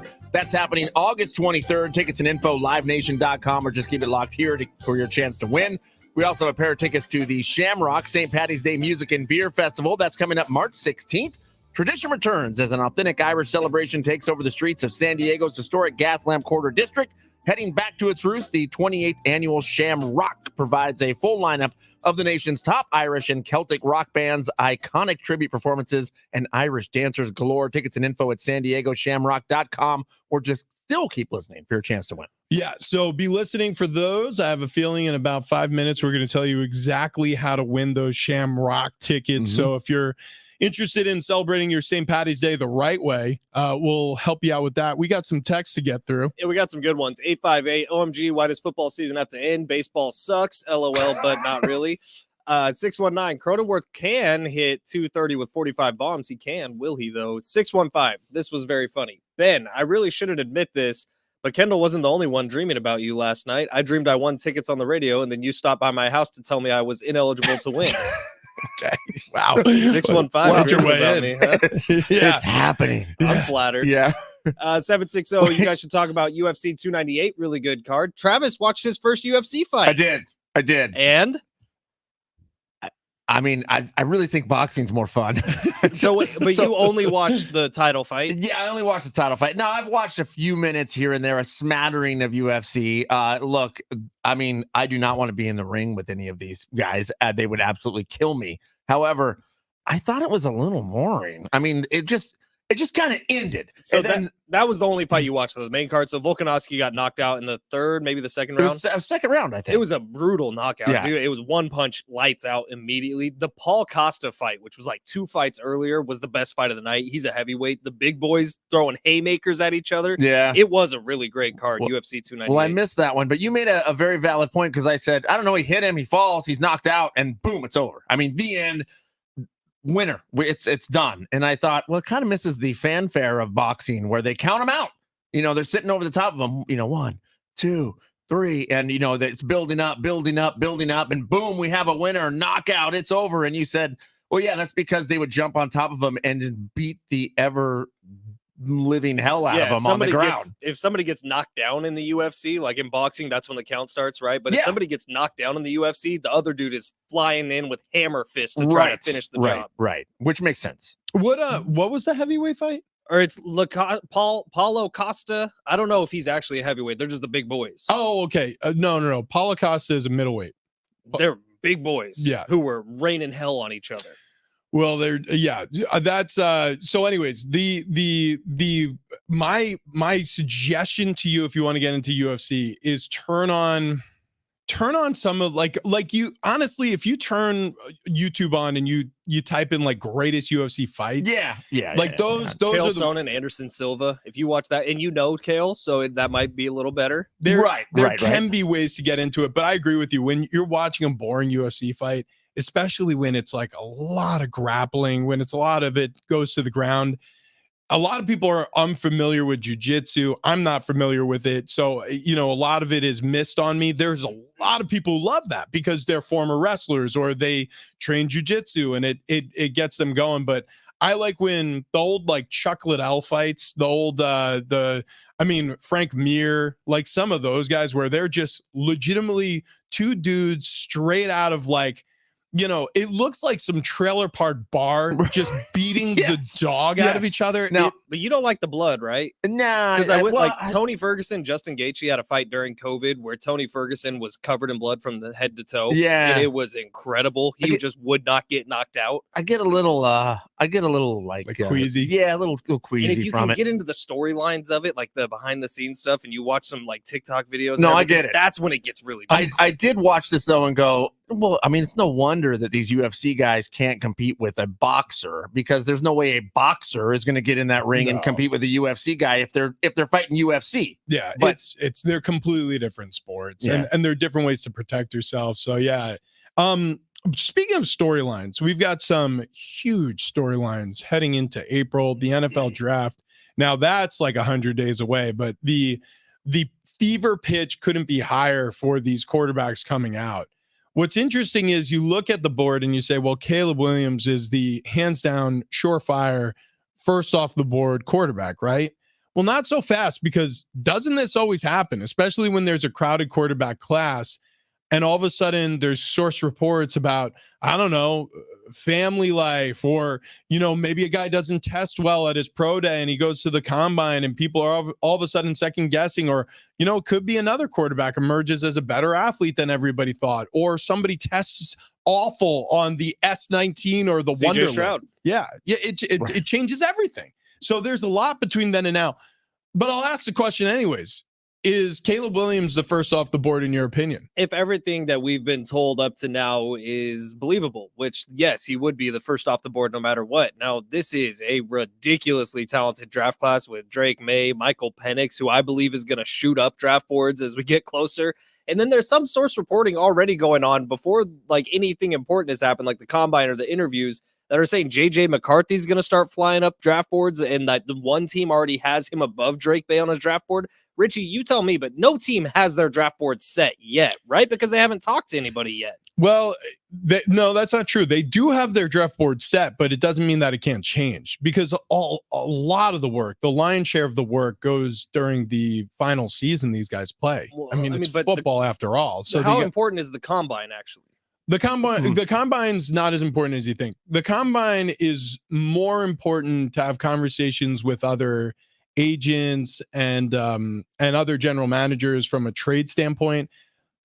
Like I said, the lion's share of the work is watching these games and evaluating the talent while they're playing their senior season. So the hay's in the barn a little bit. Now comes like liar's poker. Now these guys all talk to each other and they're trying to jockey for position, or maybe convince a team to trade out of a draft slot and save themselves some value if you're a team looking to jump up, or set a smoke screen on a player that you're interested in. And some of it gets really dirty. Like sometimes a team will be interested in a player, and so much so they'll put out a negative story, right? Or they'll find somebody put out a negative story about that player, so their draft stock drops so that they could get them at a better value later in the draft. Super cool for the player. Awful. Yeah. You're talking about millions of dollars too. Like the gap between the first overall pick and the 10th overall pick is millions of dollars. But I mean, how would you ever stop that part of the game? That's part of the chess match. And then that would be incumbent on the teams above them to sniff that out. Yeah. So TD, your Broncos drafting at 12 this year. Yeah, I know. Last week it was JJ McCarthy. That was the hot pick for them. I would imagine that's how it goes. It looks like all signs point to that, unless he starts rising up the draft stock, and then he's not available at that time.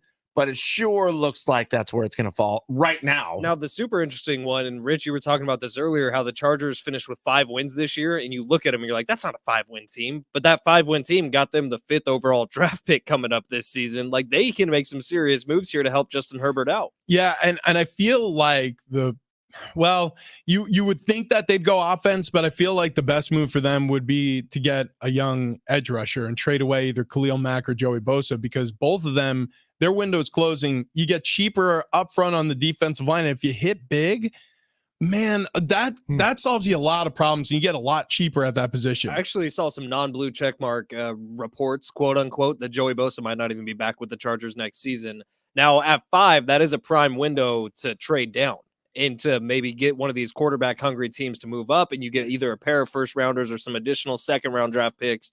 I could see the Chargers doing that too. Yeah, the other, well, I should say one of the biggest stories going into the draft is it Justin Fields or is it Caleb Williams? Like, what do the Bears do? Man, they could also trade that first overall draft pick for a heap of stuff. Yeah, so if you're the Bears, do you stick with it? Do you say, all right, well, we don't have to re-sign him. He's cheap. Justin Fields for another season, build around him. We have 2 first-round draft picks, and you can trade down, and you could maybe end up with 3 first-round draft picks this year's draft. There's no way the Bears aren't looking at this going, it doesn't work with Justin Fields. Well, I mean, the last handful of games, he looked good. And so he gave you just enough for you to say. That's back-to-back years, though, where in the second half of the season, all of a sudden you have this conversation about, well, Justin Fields might be good enough. Yeah. I say they don't. They take Caleb Williams off the board. Justin Fields is a Steeler next season. Interesting. Yeah, well, look, there's value there. Falcon. Coming up next, we got to get back to the Padres, but from a very different angle. We'll explain also in 5 minutes, 3 minutes at 7:47, just like the airplane. We're going to have you call in 877-767-4760. That's 877-SORG, SORG 760. Super easy number to dial. And if you do at exactly 7:47, you're going to win that pair of tickets to go see Shamrock, St. Patty's Day Music and Beer Festival. That's coming to the Gas Lamp on March 16th. You're going to be able to take a friend. You just have to call in at 7:47. Okay, so I did a lot of walking this weekend. I logged almost 20,000 steps. Well, actually, this was back on Tuesday last week. And then over the weekend, we were out, gallivanting, staycationing. So 3 days, back to back to back. I logged 5 miles a day. Chasing the kids around, going on long walks to, get coffee and pastries or, a couple of snacks or like dinner out. It was a lot of fun, but it's a lot on your body, especially like when, you're not typically getting out and exercising as much. But with these arch supports from the Good Feet store, I feel great. I wake up every single morning feeling just like I did when I went to bed. No knee pain anymore. The back pain has faded and disappeared for the most part. Hip pain, I thought I was going to need a surgery. That's dissipated. Okay, so if you have foot pain, ankle pain like me, knee, hip, or back pain, and you're worried that it may end up landing you in a surgeon's office, you got to go to the Good Feet store first. It's a free fitting. It's a free test walk. You can see if these arch supports are for you before you commit to anything. And I promise if you do commit to it, like me, a week later, I felt great. So if you're like me and you're struggling with it and you're looking for answers and you think your only answer is inside a surgeon's office, again, this should be your last stop. They got 200 plus locations around the U.S. and overseas, 30 years of experience, and all their arch supports are made right here at a manufacturing plant in Carlsbad. So when you shop Good Feet store, you shop local. Check them out at thegoodfeet.com. That's goodfeet.com.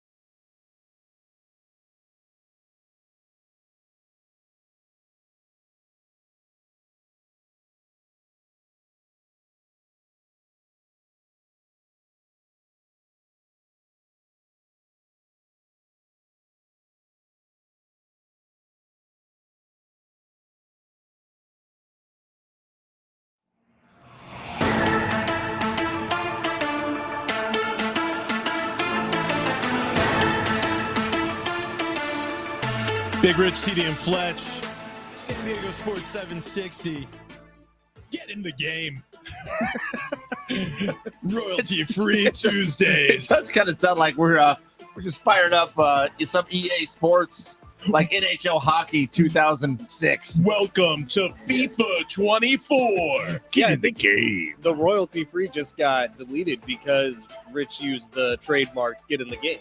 Oh, wait, what? Wait. I think that is trademarked. Wait, we can't say get in the game? Yeah, live. You I can. was, but edit out of the podcast. But dude, I was saying it like get in the game because we were talking about the Padres. The whole tease I set up, remember? Right. The game's coming up in 30 days, fellas. Yeah, you got to get into it. You got to get in the game. You got to get on an Air Force One. You got to get over to South Korea. It's Pirates now of you're the mocking Caribbean. our president. So the standing on first base. Bogart's the second. Oh, God. Joe. Yeah. Sleepy Joe. Wow. Not sloppy. Yeah. Dude, can't wait for that. Oh, God.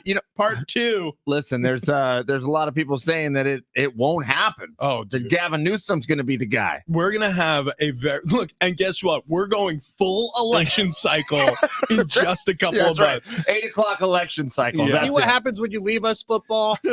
Right. We're forced to talk about the UFC. Right. And presidential election. Damn you, football. Some people say Paulo Costa. Other people say Paul Costa. Wow. Either way.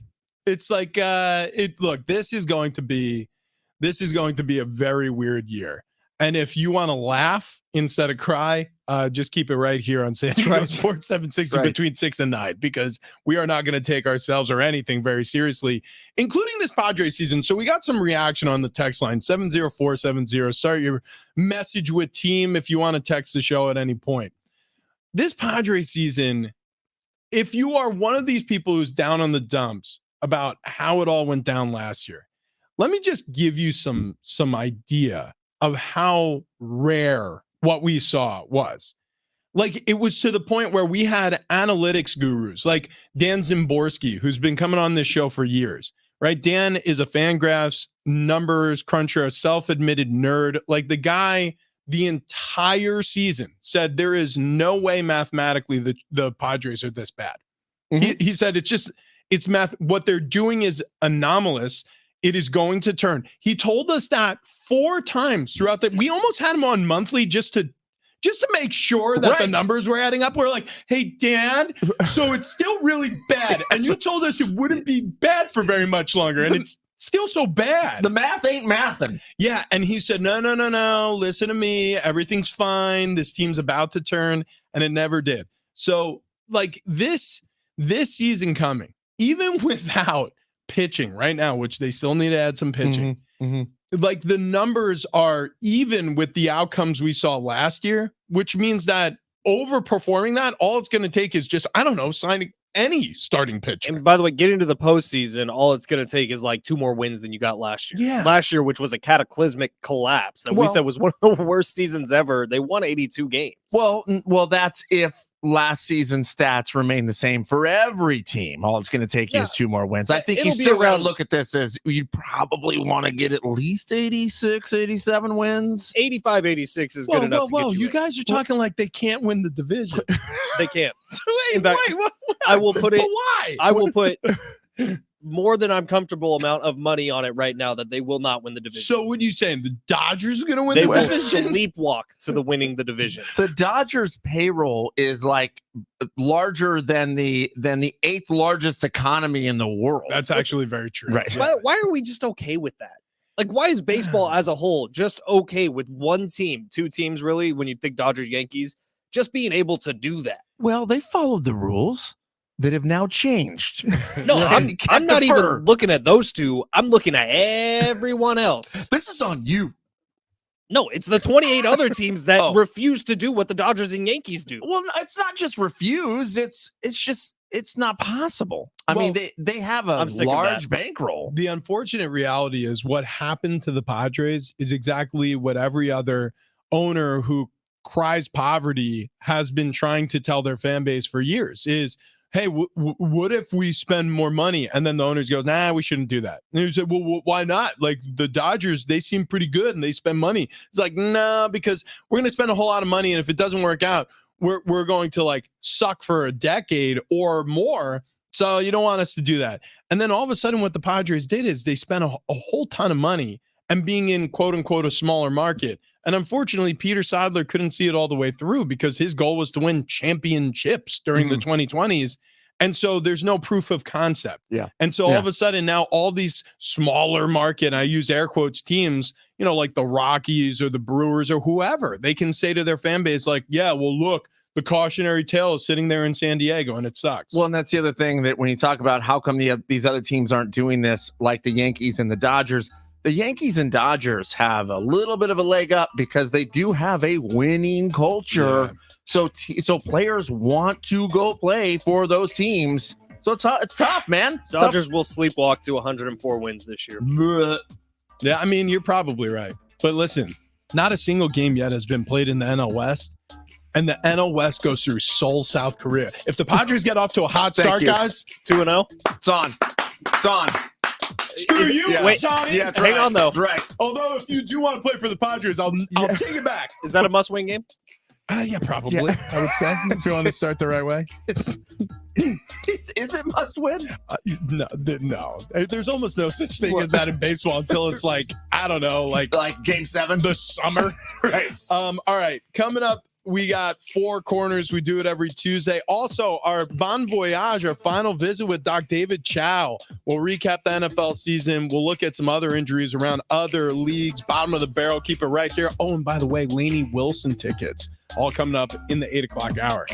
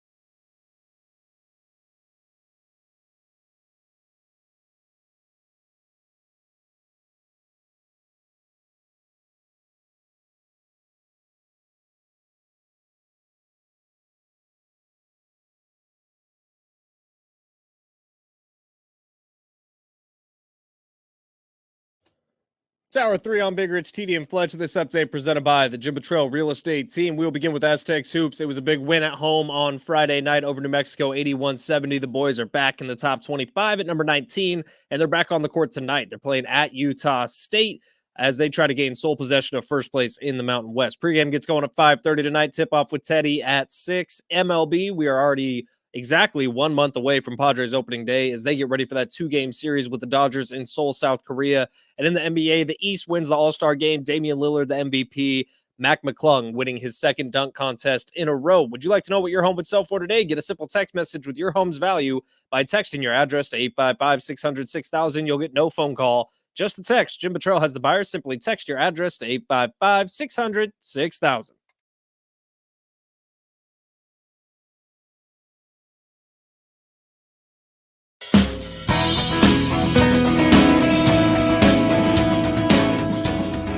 Keith Urban, royalty-free Keith Urban. It's not good. There's a new wind blowing that I never have known, and it's Big Rich, GD, and Fletch on your phone. If you're listening on the free iHeartRadio app, you know that's where you'll get all the laughter at. Big Rich, TD, and Fletch, San Diego Sports 760. Probably for the best. Jeez. Just get him away from the microphone for a minute. Right. Just take a quick break. And we'll be right back. This also sounds like the theme song to a TGIF show in the late 80s, early 90s. Yeah, this is like the montage where they're like working through some problems together. They're sisters, but they do fight. On the next, Tia and Tamara Cameron, sister.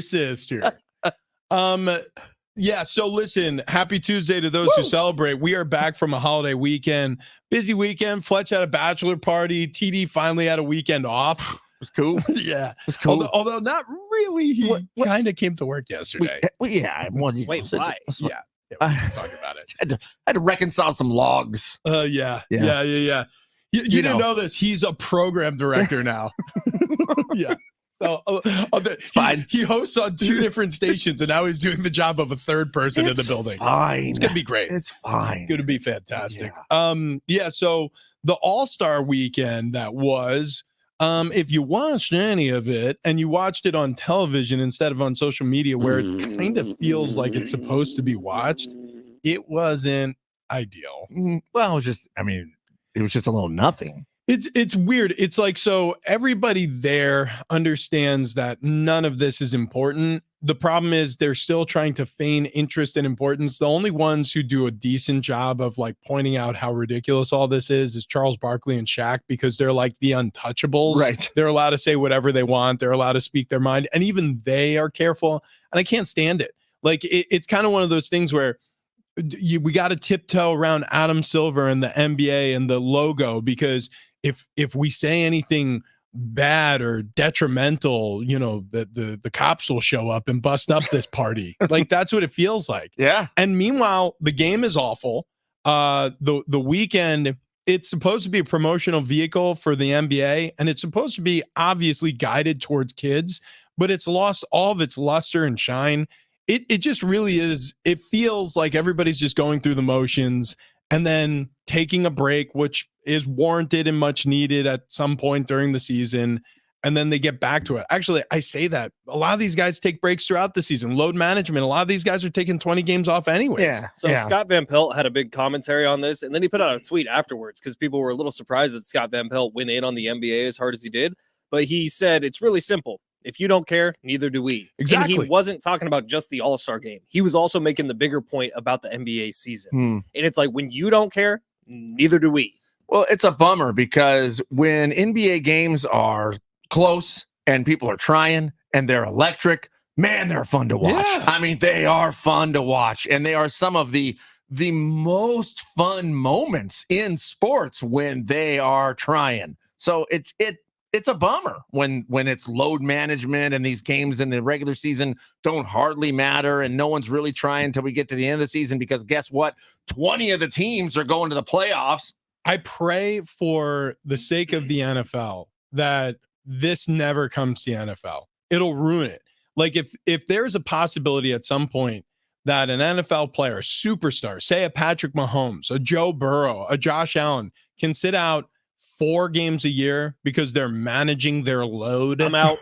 Right. I mean, can you imagine? I'm out. The Kansas City Chiefs without Patrick Mahomes I'll for go 4 find games something else because he's trying to rest his body for the postseason push. Give me more Love Is Blind. Yeah, exactly. People will go find to be entertained elsewhere because it'll feel the same way it feels in the NBA. It'll feel like, okay, I've contributed all this time and energy and my viewership, which means ad dollars for the league, and that's money for these players, and these players don't play. Screw them. Well, Rich, you played in the NFL. What is the difference here, though? Because when players take a week or 2 off in the NFL, they come back rusty. I mean, things don't look good on the field. Where in the NBA, they take a few days off, all of a sudden they're magic again. Well, I guess it depends on the player, but I understand the point overall. The reality is that the worst part about the NBA, and probably the dirtiest little secret, is the fact that what you just said is true. Like, the NBA it's the softest it's ever been from the standpoint of, like, there's no hard fouls anymore. I mean, occasionally, like a Draymond Green will lose his temper, but like, then he gets suspended for 3 weeks. Well, look at the scores of these games. A regular season non-overtime game, the score's 140-131. No one's playing defense. And I get it. Like, you want to protect the stars, and you don't want LeBron James to go down with a knee or an ankle, or Steph Curry for that matter, any of the guys who cut through, Giannis. But if everybody has a free path to the basket, of course you can come off the bench after missing a couple of games, a couple of weeks worth of games, and look fresh. Because when you have a free lane to the hoop, or when you can still practice your jump shot and you're not getting face guarded at the 3-point line, I mean, you can come back and look just as good. In the NFL, it's different because, like, you kind of need the physicality to play yourself back into game shape. TD, you asked him what the difference is between the two sports, and I don't know the exact answer, but I know when I'm watching football on Sundays, every single person on the field most of the time is playing like it's their last football play ever. Like, I watch Isaiah Pacheco run, and I see him run trying to score a touchdown on every single play he touches the ball. In the NBA, you see guys walk up the court regularly in big moments in games. Well, every game matters in the NFL. Every game matters. So if you had less games in the NBA or less teams who were going to make the playoffs, games would matter more. I think that second part is the most likely. Now, I say that it's talking out of both sides of my mouth. I'm saying, so there's no way they're going to play less games, but then I'm suggesting that there's a potential they'll play less playoff games. The answer is they won't. Right. I mean, they're signing billion-dollar contracts with networks, and part of that is their playoff package. And part of the reason is because even though any given game isn't going to rate nearly as well as, say, some one-off NFL weekend game, they have such an inventory that the cumulative viewership can be sold to these networks because they know they're going to get advertisers with connecting with viewers over long stretches of live broadcasts. Fletch, you were a fan, or I think you were a fan of the in-season tournament. It was okay. Does it do anything for you now? No.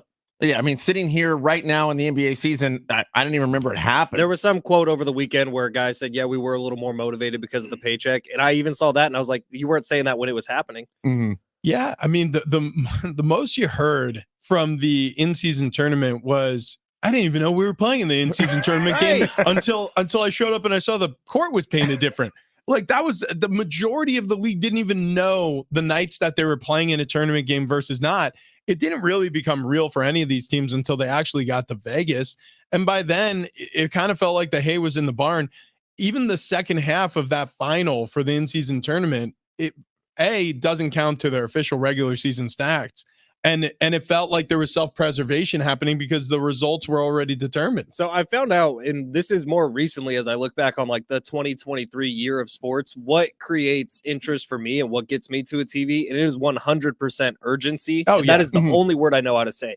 Because when you look at the NFL, every single play is urgent, like I just mentioned. When you look at college basketball and you look at teams that are not necessarily in one of the blue blood conferences, but more like the Mountain West, you watch Mountain West basketball this year, I'm not just talking about the Aztecs, but the 5 top teams in the Mountain West all have legitimate shots at getting a decent seed in the NCAA tournament. You look at the urgency that's happening around this conference, and that's true for a lot of conferences around America. It is must-watch TV if you're into the sport already. UFC, we were just talking about it. I became a big fan of the UFC during COVID. It's because of the urgency that every second of every fight has, and you can feel it in the announcers' voices. NBA, Major League Baseball, I don't feel the urgency. Well, college football, college basketball, as much as we complain about the ranking system, it does cause every game to mean something till the end of the game, because it matters how you play the game. So even if you lose, it matters how you lost. Even if you win, it matters how you win. So it does keep everyone in the game the whole time. We got halftime coming up, and then we have Lainey Wilson tickets. So if you're interested in winning these country music superstar tickets, we're going to tell you how in just about 2 minutes. But my final thought on this, and then I'd like to hear your guys, just from the standpoint of urgency and how to change things to make it more urgent. Is it money, right? So you heard that quote from Fletch. Some of the players were saying the paycheck helped. Like, so do you need to spend more money? If you're the NBA, like, is the answer essentially just continue to push away from your end line budget profits and dump more into the players to get them to play better? Because the fans are the ones losing out. Yeah. Now I feel like the American fan, like, we're caught up to it. Maybe overseas they're having more success with viewership and ratings, so they don't care. But is that the answer? These guys are all so overpaid to begin with. Like, you, especially in the NBA, you have guys who are not getting off the bench until the second half of some of these games who are making 15, 20 million this year. Performance-based contracts. I like that. Performance-based. But the NBA player union, it's so strong. Yeah, It's never going to go that that's way. exactly correct, because they're the ones running the show. Yeah. Well, the NFL better be careful, because you increase to 18 games. The next thing on the docket is going to be, let's add more playoff games. And as we've seen in baseball, as we've seen in the NBA, it's not even necessarily the amount of games, although that doesn't help. It's the amount of teams that get into the postseason. If you take away what's special about the postseason, where it's only the top third or the top quarter of teams, or in college football, only 4 teams for the past, 2 handfuls of years get into a playoff bracket. Holy smokes. So I haven't mentioned it yet, but there is an NBA storyline playing out in the NFL, like, as we speak, and maybe we'll hit it after TD's halftime, but that's a little tease for you. We got some breaking news on the other side. Wow.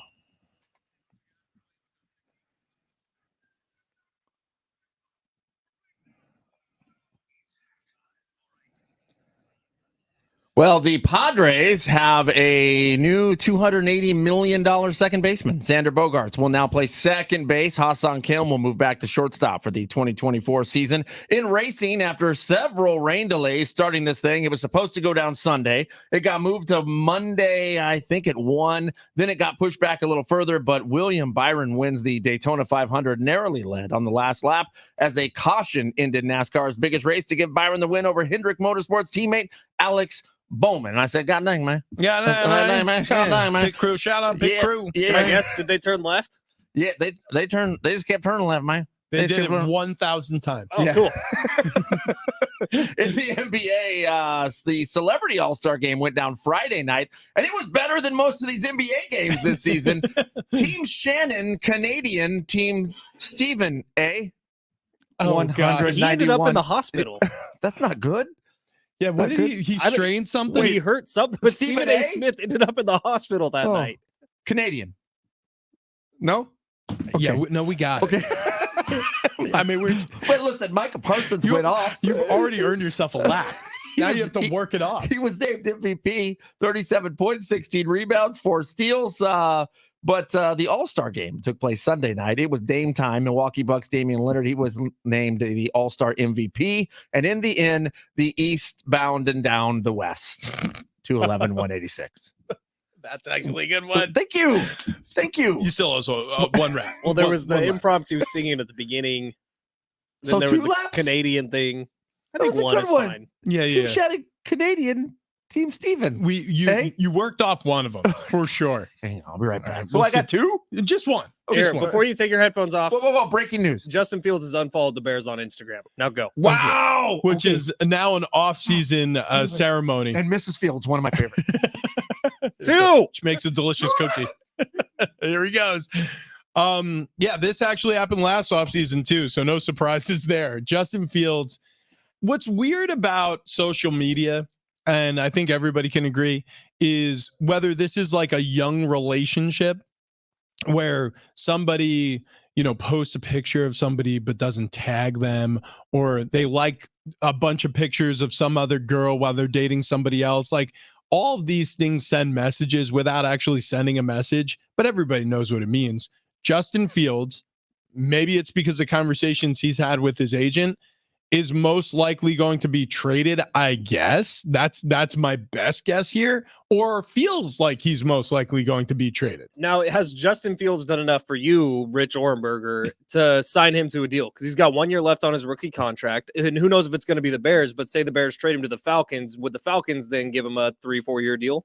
Well, here's and how much money would that be for Justin Fields, who has yet to prove that he can get a team past over the hump? Well, that's the tricky thing about all this is Justin Fields. He's been good enough to justify that he's capable to be a quarterback in this league. Some would say justified.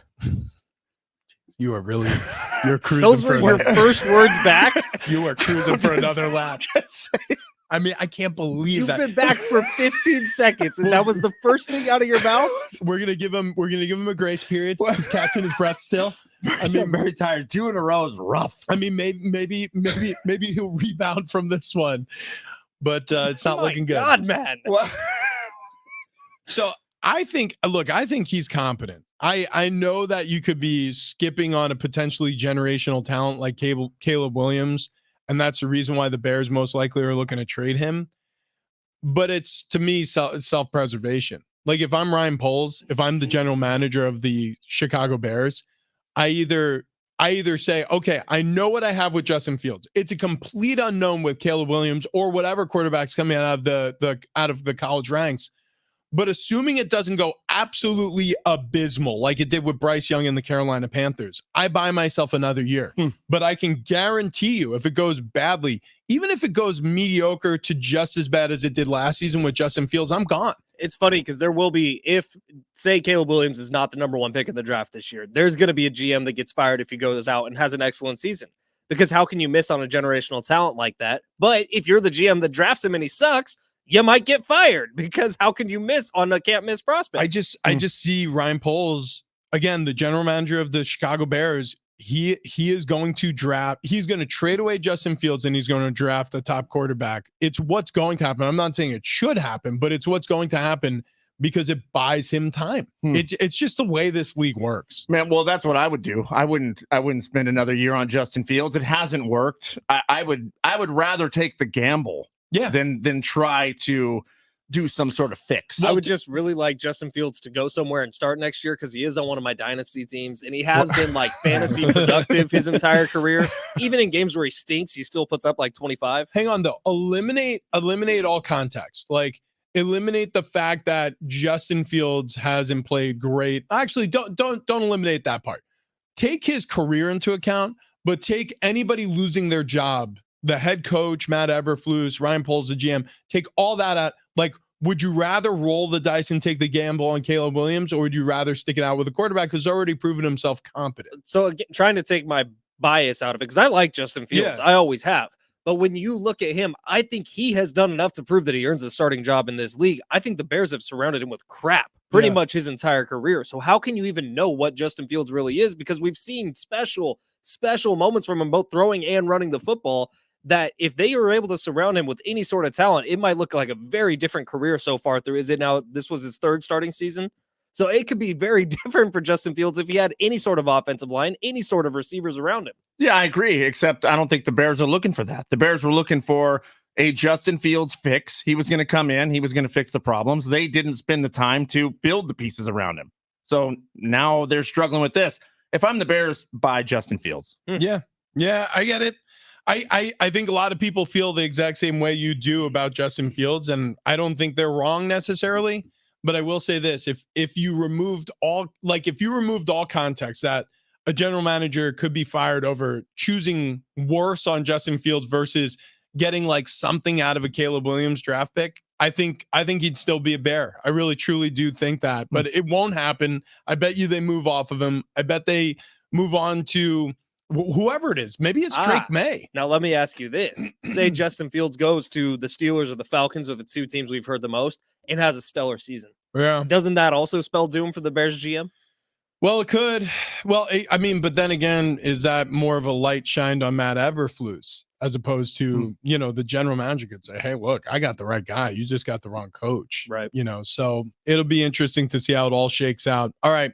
Also, it's going to be interesting to see who wins these Lainey Wilson tickets. Again, if you want to win those, stick around. Coming up next, we got Doc David Chow joining us on the show. It's Big Rich, TD, and Fletch, San Diego Sports 760. And Big Rich, TD, and Fletch are a little more like Little Rich, TD, and Fletch now because all three of us lost a tremendous amount of weight, and we did it with SDFatLoss.com. They got the secret for quick weight loss, most importantly, lasting weight loss. The three of us signed up, didn't really know what we were getting into. And I tell you what, immediately, all three of us started dropping pounds, like 1.5 pounds, 2, 3 pounds every single day. Literally tens of thousands of clients across the country have done this. SDFatLoss.com. They have broken the weight loss code. It's not a starvation diet plan. It's not a fad with a long list of side effects. SD Fat Loss is just healthy weight loss using real whole foods, proprietary strategies, some hard work from you, some hard work from Wayne and Chloe. They will help you become you once again. In addition to guiding people through their successful weight loss, they also build their clients a long-term roadmap to keep the weight off. That's what the three of us are in right now. They call it the maintenance phase,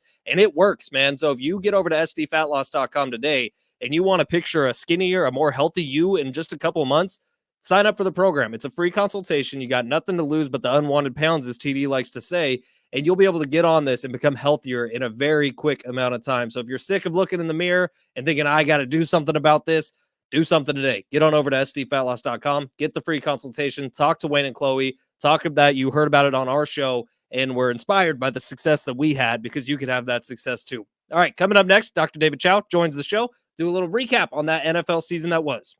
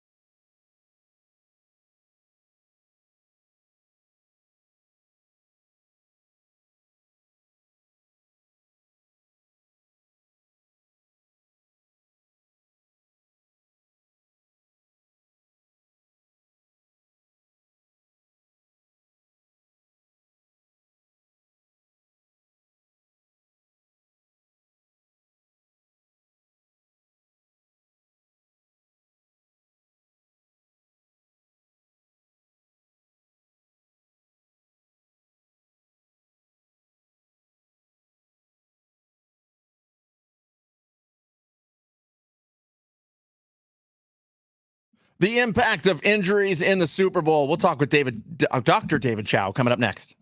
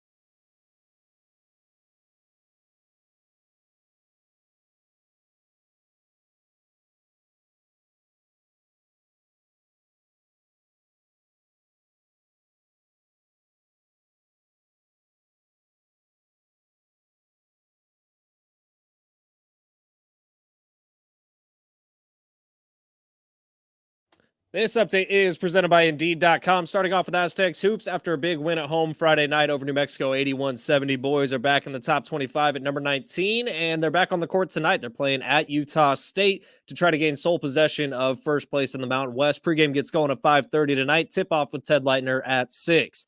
Major League Baseball, we are exactly 1 month away from Padres opening day as they get ready for that 2-game series with the Dodgers in Seoul, South Korea. It's technically a home and home, even though neither team is really home.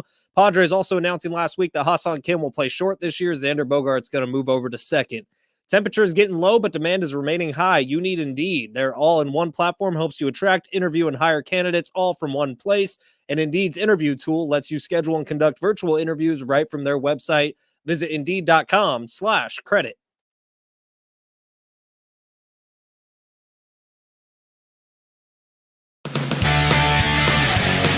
Bigger CD and Flex, San Diego Sports 760. Did we give away the tickets?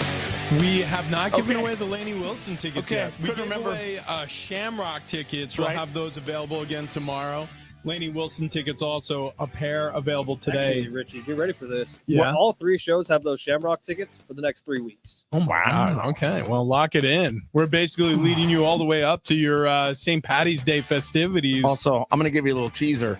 Rich, coming up in a few weeks. Fresh cut fries. Oh, yeah. Yeah. If you know, you know. If you know, you know. Yeah. There's going to be a triumphant return on this show, and we could not be any more pumped. I know how to celebrate that. Oh, yeah. I think. It's about the Colts and Broncos aren't playing. I'll tell you what, Maybe we could just watch it. Let's rewatch it. We'll ask them. We'll bring a DVD. We burned this. We're going to need you to put it on, and we're going to sit in the same seats in the bar.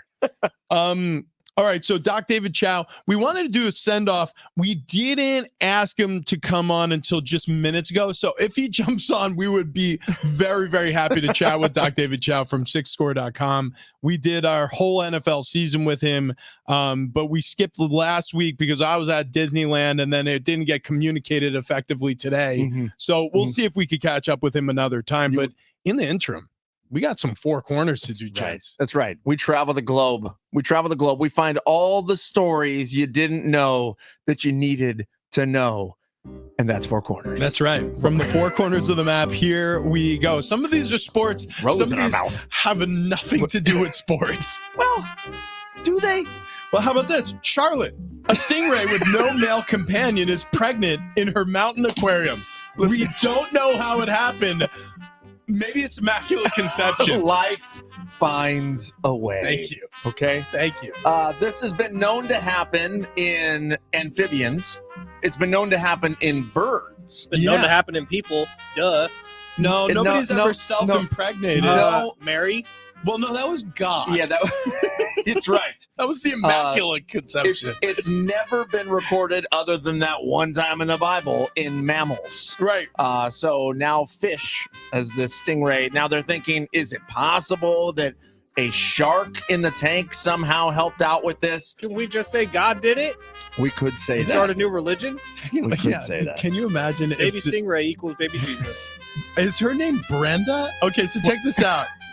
Here's our girl saying, hey, happy Valentine's Day. Let's have some pups. No, Brenda Raymer is the executive director at the aquarium. Charlotte's the stingray. Charlotte's the stingray. So Brenda Raymer, she was the one who was talking about this. I guess it does happen sometimes. You know, the one thing I learned from this article above anything else, I had no idea that stingray babies are called pups. It's true. Makes it cuter. Now we know. I'm just going to read the headline. Okay.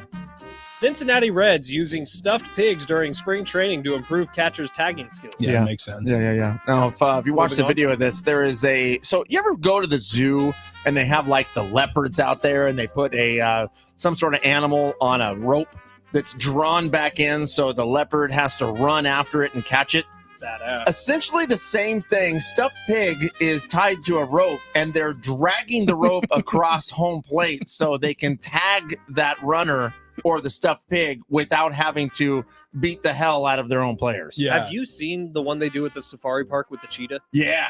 That is like top 2 coolest things I've ever seen in person. Dude, the stuffed pig. Have you watched this video? It's ridiculous. You've watched this video. I mean, it is the funniest. So catchers now, they can't impede the path of the runner. Right. So they do have to like receive the ball standing away from the runner's path. But then they have to dive to tag. In this case, a stuffed pig on a rope. So it's tied around its snout, and they give it a sharp tug when the catcher gets the baseball. And these are guys who are getting paid some part of, in certain cases, hundreds of millions of dollars diving to get Peppa before she crosses home plate. Imagine being the guy whose job it is to pull the pig. Yeah. Like, is this actually how I'm spending my summer internship? The stuffed pig looks like it's from Angry Birds. It's a cartoon pig that they're dragging across the dirt. Apparently, Blake Snell has an offer in from the Yankees. Now, we can't confirm or deny that, but that's what sources are saying. We don't know of an amount yet, but everyone's asking, how has he not been picked up yet? Well, it looks like the Yankees may be making a move here very, very shortly. Yeah, there's a lot of top free agents across Major League Baseball who haven't been picked up yet. And maybe it's because there's not a team like the Padres who are willing to spend a bunch of money like they did last year on Xander Bogaerts. But it kind of seems like MLB teams are trying to like force a stand here, being we're not going to pay that ridiculous amount of money that was offered a couple years ago. Yeah, nobody wants nobody wants to go butts up on signing a bad deal, right? It's part of baseball though. Like it's an arms race, and the Dodgers just made an incredible investment in their pitching staff, and obviously Ohtani's not going to be a pitcher this year, but he will be in the future. For Yamamoto dude will be. That's exactly right. So they signed 2 pitchers, and they spent over $1 billion to do it. It's just the way it's going these days. Speaking of going butts up, thong-wearing protesters bare their bums in opposition to call for G-strings to be banned. So protesters rallied against remarks made by Ian Grace, who's a former Gold Coast Volunteer of the Year award winner, when women and girls who wear G-strings are quote-unquote cheapening themselves. That's right. That's a cause that I think we can all get behind. Yeah. Well played. Thank you. Honestly. Wait, how come it's hang on. Lap. Okay. Take a quick lap. I earned it. I'm proud of it. I'll do it. Thank you. He whispered it into my ear, and I'm like, I'm out of breath, pal. I'm out of breath, but it's a good line. It's a good line. It's lap worthy though. Yeah, out in Australia, apparently they're banning the G-string out on the beach, and so these women have gotten together and said, no, not just women, men too, I suppose. They're jumping in on this, but the hashtag is free the peach.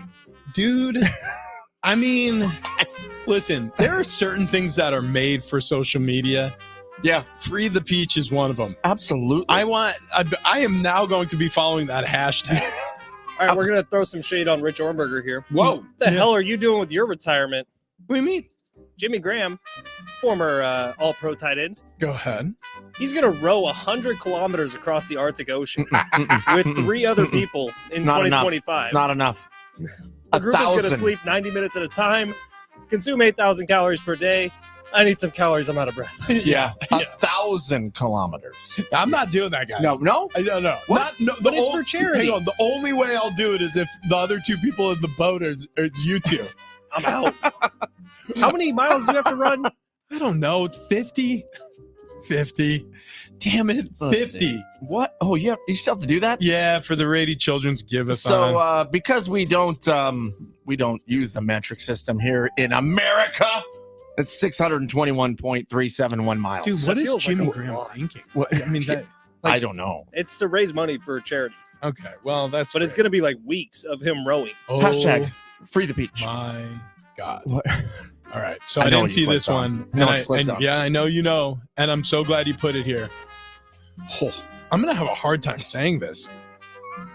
Domino's and Cadbury, they're joining forces to create a limited time cream egg cookie.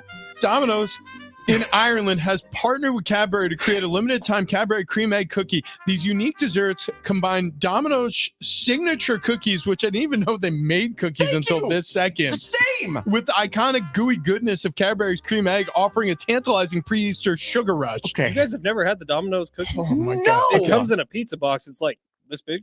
Wait, So it's a giant cookie? I have Comes in slices. shivers down my spine. These are not giant cookies. Oh, the one I'm thinking of. It's Here, like a. hang on, I'll show you My a buddy picture. worked for Domino's in college. He would bring it home like pretty much every night. Maybe they changed the menu since And that's not it. then. Dude, This is look at that. This is a chocolate chip cookie that they're, I mean, like, it's like you took the dough, you flattened it out, you took a Cadbury cream egg and then wrapped it in that cookie dough and then baked it.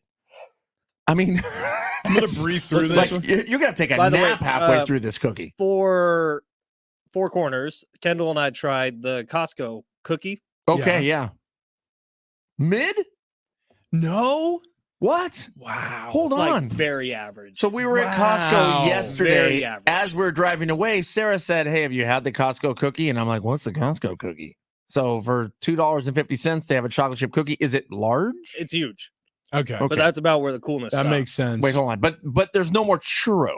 No more churro, which the that's a churro at mistake. Costco was so good. Yeah, that's a mistake. And these cookies, I'm telling you guys, like maybe if I would have eaten it as soon as it was handed to me, I'd feel differently. It I wasn't had that my great. first ever chicken bake recently. Aren't they great? Yeah, they are good. I mean, Costco doesn't miss on much, but maybe they didn't miss on the cook. Maybe if I had it fresh out of the oven, I'd feel differently. But I had it maybe 45, 50 minutes later. Wow. Has anybody had the beef dip? Whatever the no, Not yet. Yeah, not yet. I But mean, I plan to. Yeah, Yeah. I feel like we should. Peter Salas on the YouTube stream is asking, has anybody tried the footlong cookie at Subway? I have not. No, I have not. I You? want to. You know what I dislike about Subway cookies though? Mm-hmm. They taste like Subway smells. Oh, okay. So, yeah. Subway, by the way, every Subway I've ever been into has a very distinctive smell Right. to the point where one time I was in a Starbucks and I go, I'll be damned. This Starbucks smells like a Subway. I was in the bathroom, right? And I'm like, maybe somebody came into this bathroom and absolutely demolished it after having a Subway sandwich. I'm like, that's horrifying. Right. So I'm walking around the Starbucks. I'm like, no, this smell, it's pervading like the air system, like the air cut on, and I smelt it. Turns out I walk out of the Subway. I didn't even notice it. It was attached, or the Starbucks, it was attached to a Subway. No way. So like it is such a, everybody who's been in a Subway knows exactly what I'm talking about. Yep. But I mean, that's not going to stop me from trying the footlong cookie. Yeah, that's a good point. I'll tell you. Well, you'll just know where it comes from. Right, exactly. It smells like the inside of that damn Subway restaurant. All right. Well, listen, that's Four Quarters. We do it every single Tuesday. We haven't missed one. We bring you the best stories from the four corners of the world. All right, coming up next, Lainey Wilson tickets. Okay, one of these headlines from Four Corners you're going to need when you call in. So I hope you are listening very closely. That's on the other side. Big Rich, TD, and Fletch.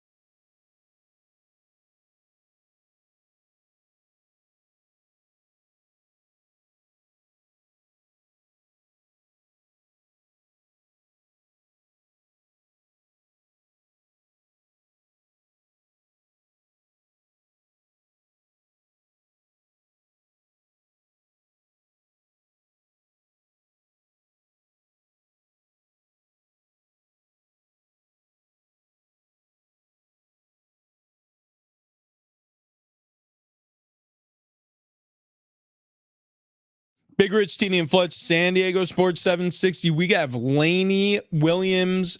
No, that's not how you say her names. Lainey Wilson tickets on the other side. That's coming up next.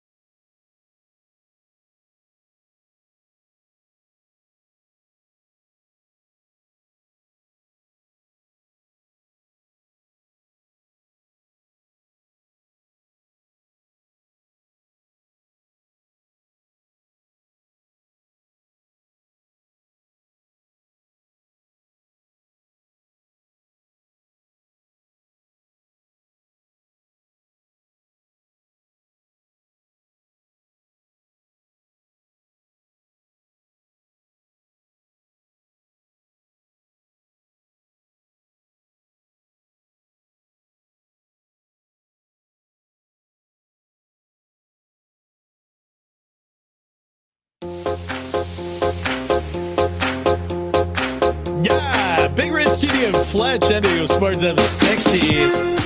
Everybody get out your dancing shoes. Is this Lainey Wilson?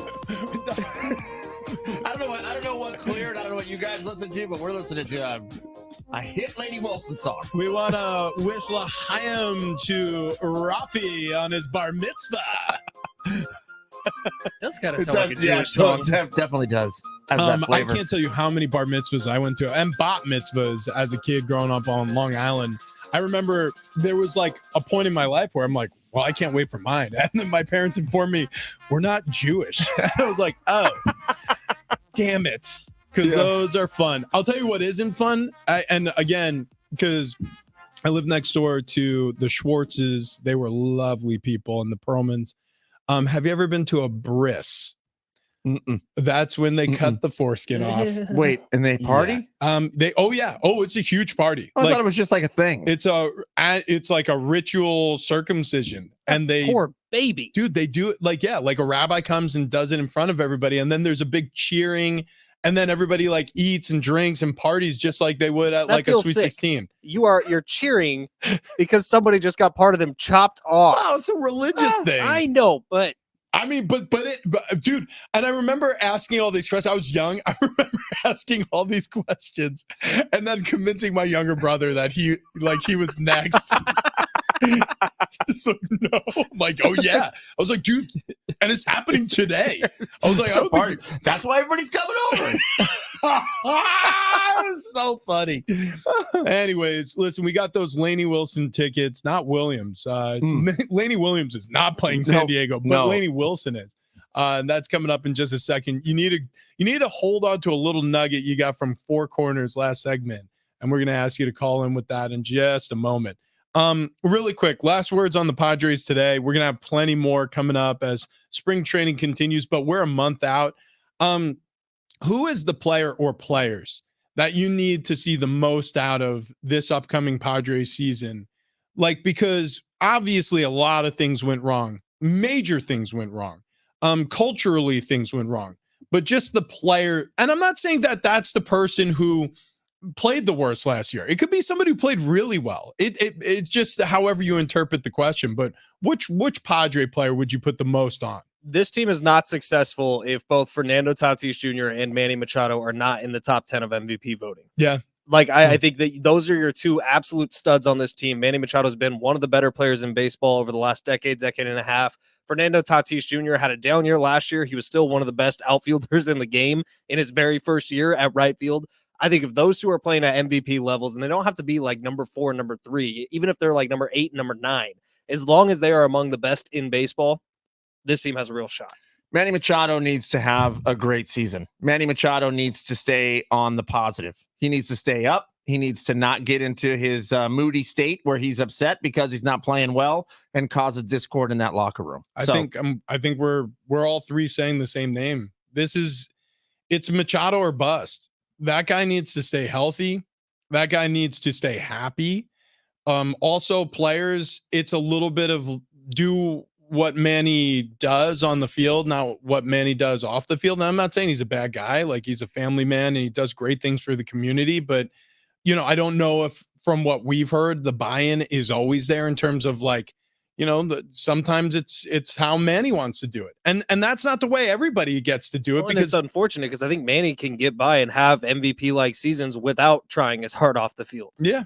Yeah. Because he's that blessed. So it's one of those things where I agree. I agree with both of your assessments. I think that Manny Machado is the beating heart of this Padres team, whether everybody loves that or not. It's what it is. And so the expectations fall squarely on his shoulders. If this is a success, this season is a success, it's because he played well and he did well. We'll find out, though. 30 days away before they go out to Seoul, South Korea. All right, if you want Should those... we go? Yeah, probably. Yeah. I would in a heartbeat. I mean, so would I. Yeah. Is there like discretionary funds we can do that? You mean at iHeart San Diego? Yeah. Just take the chopper. Okay. Okay. Oh, you mean the news chopper across the Pacific Ocean? That sounds safe. If you want the Laney tickets, you got to call in at 8:57. Not right now. At 8:57, and you got to bring up the hashtag that we brought up. That's right. What was the hashtag that we now all follow that we talked about during Four Corners? Yeah, that is the important one. Again, Laney Wilson. Which works well with Laney Wilson. 100%.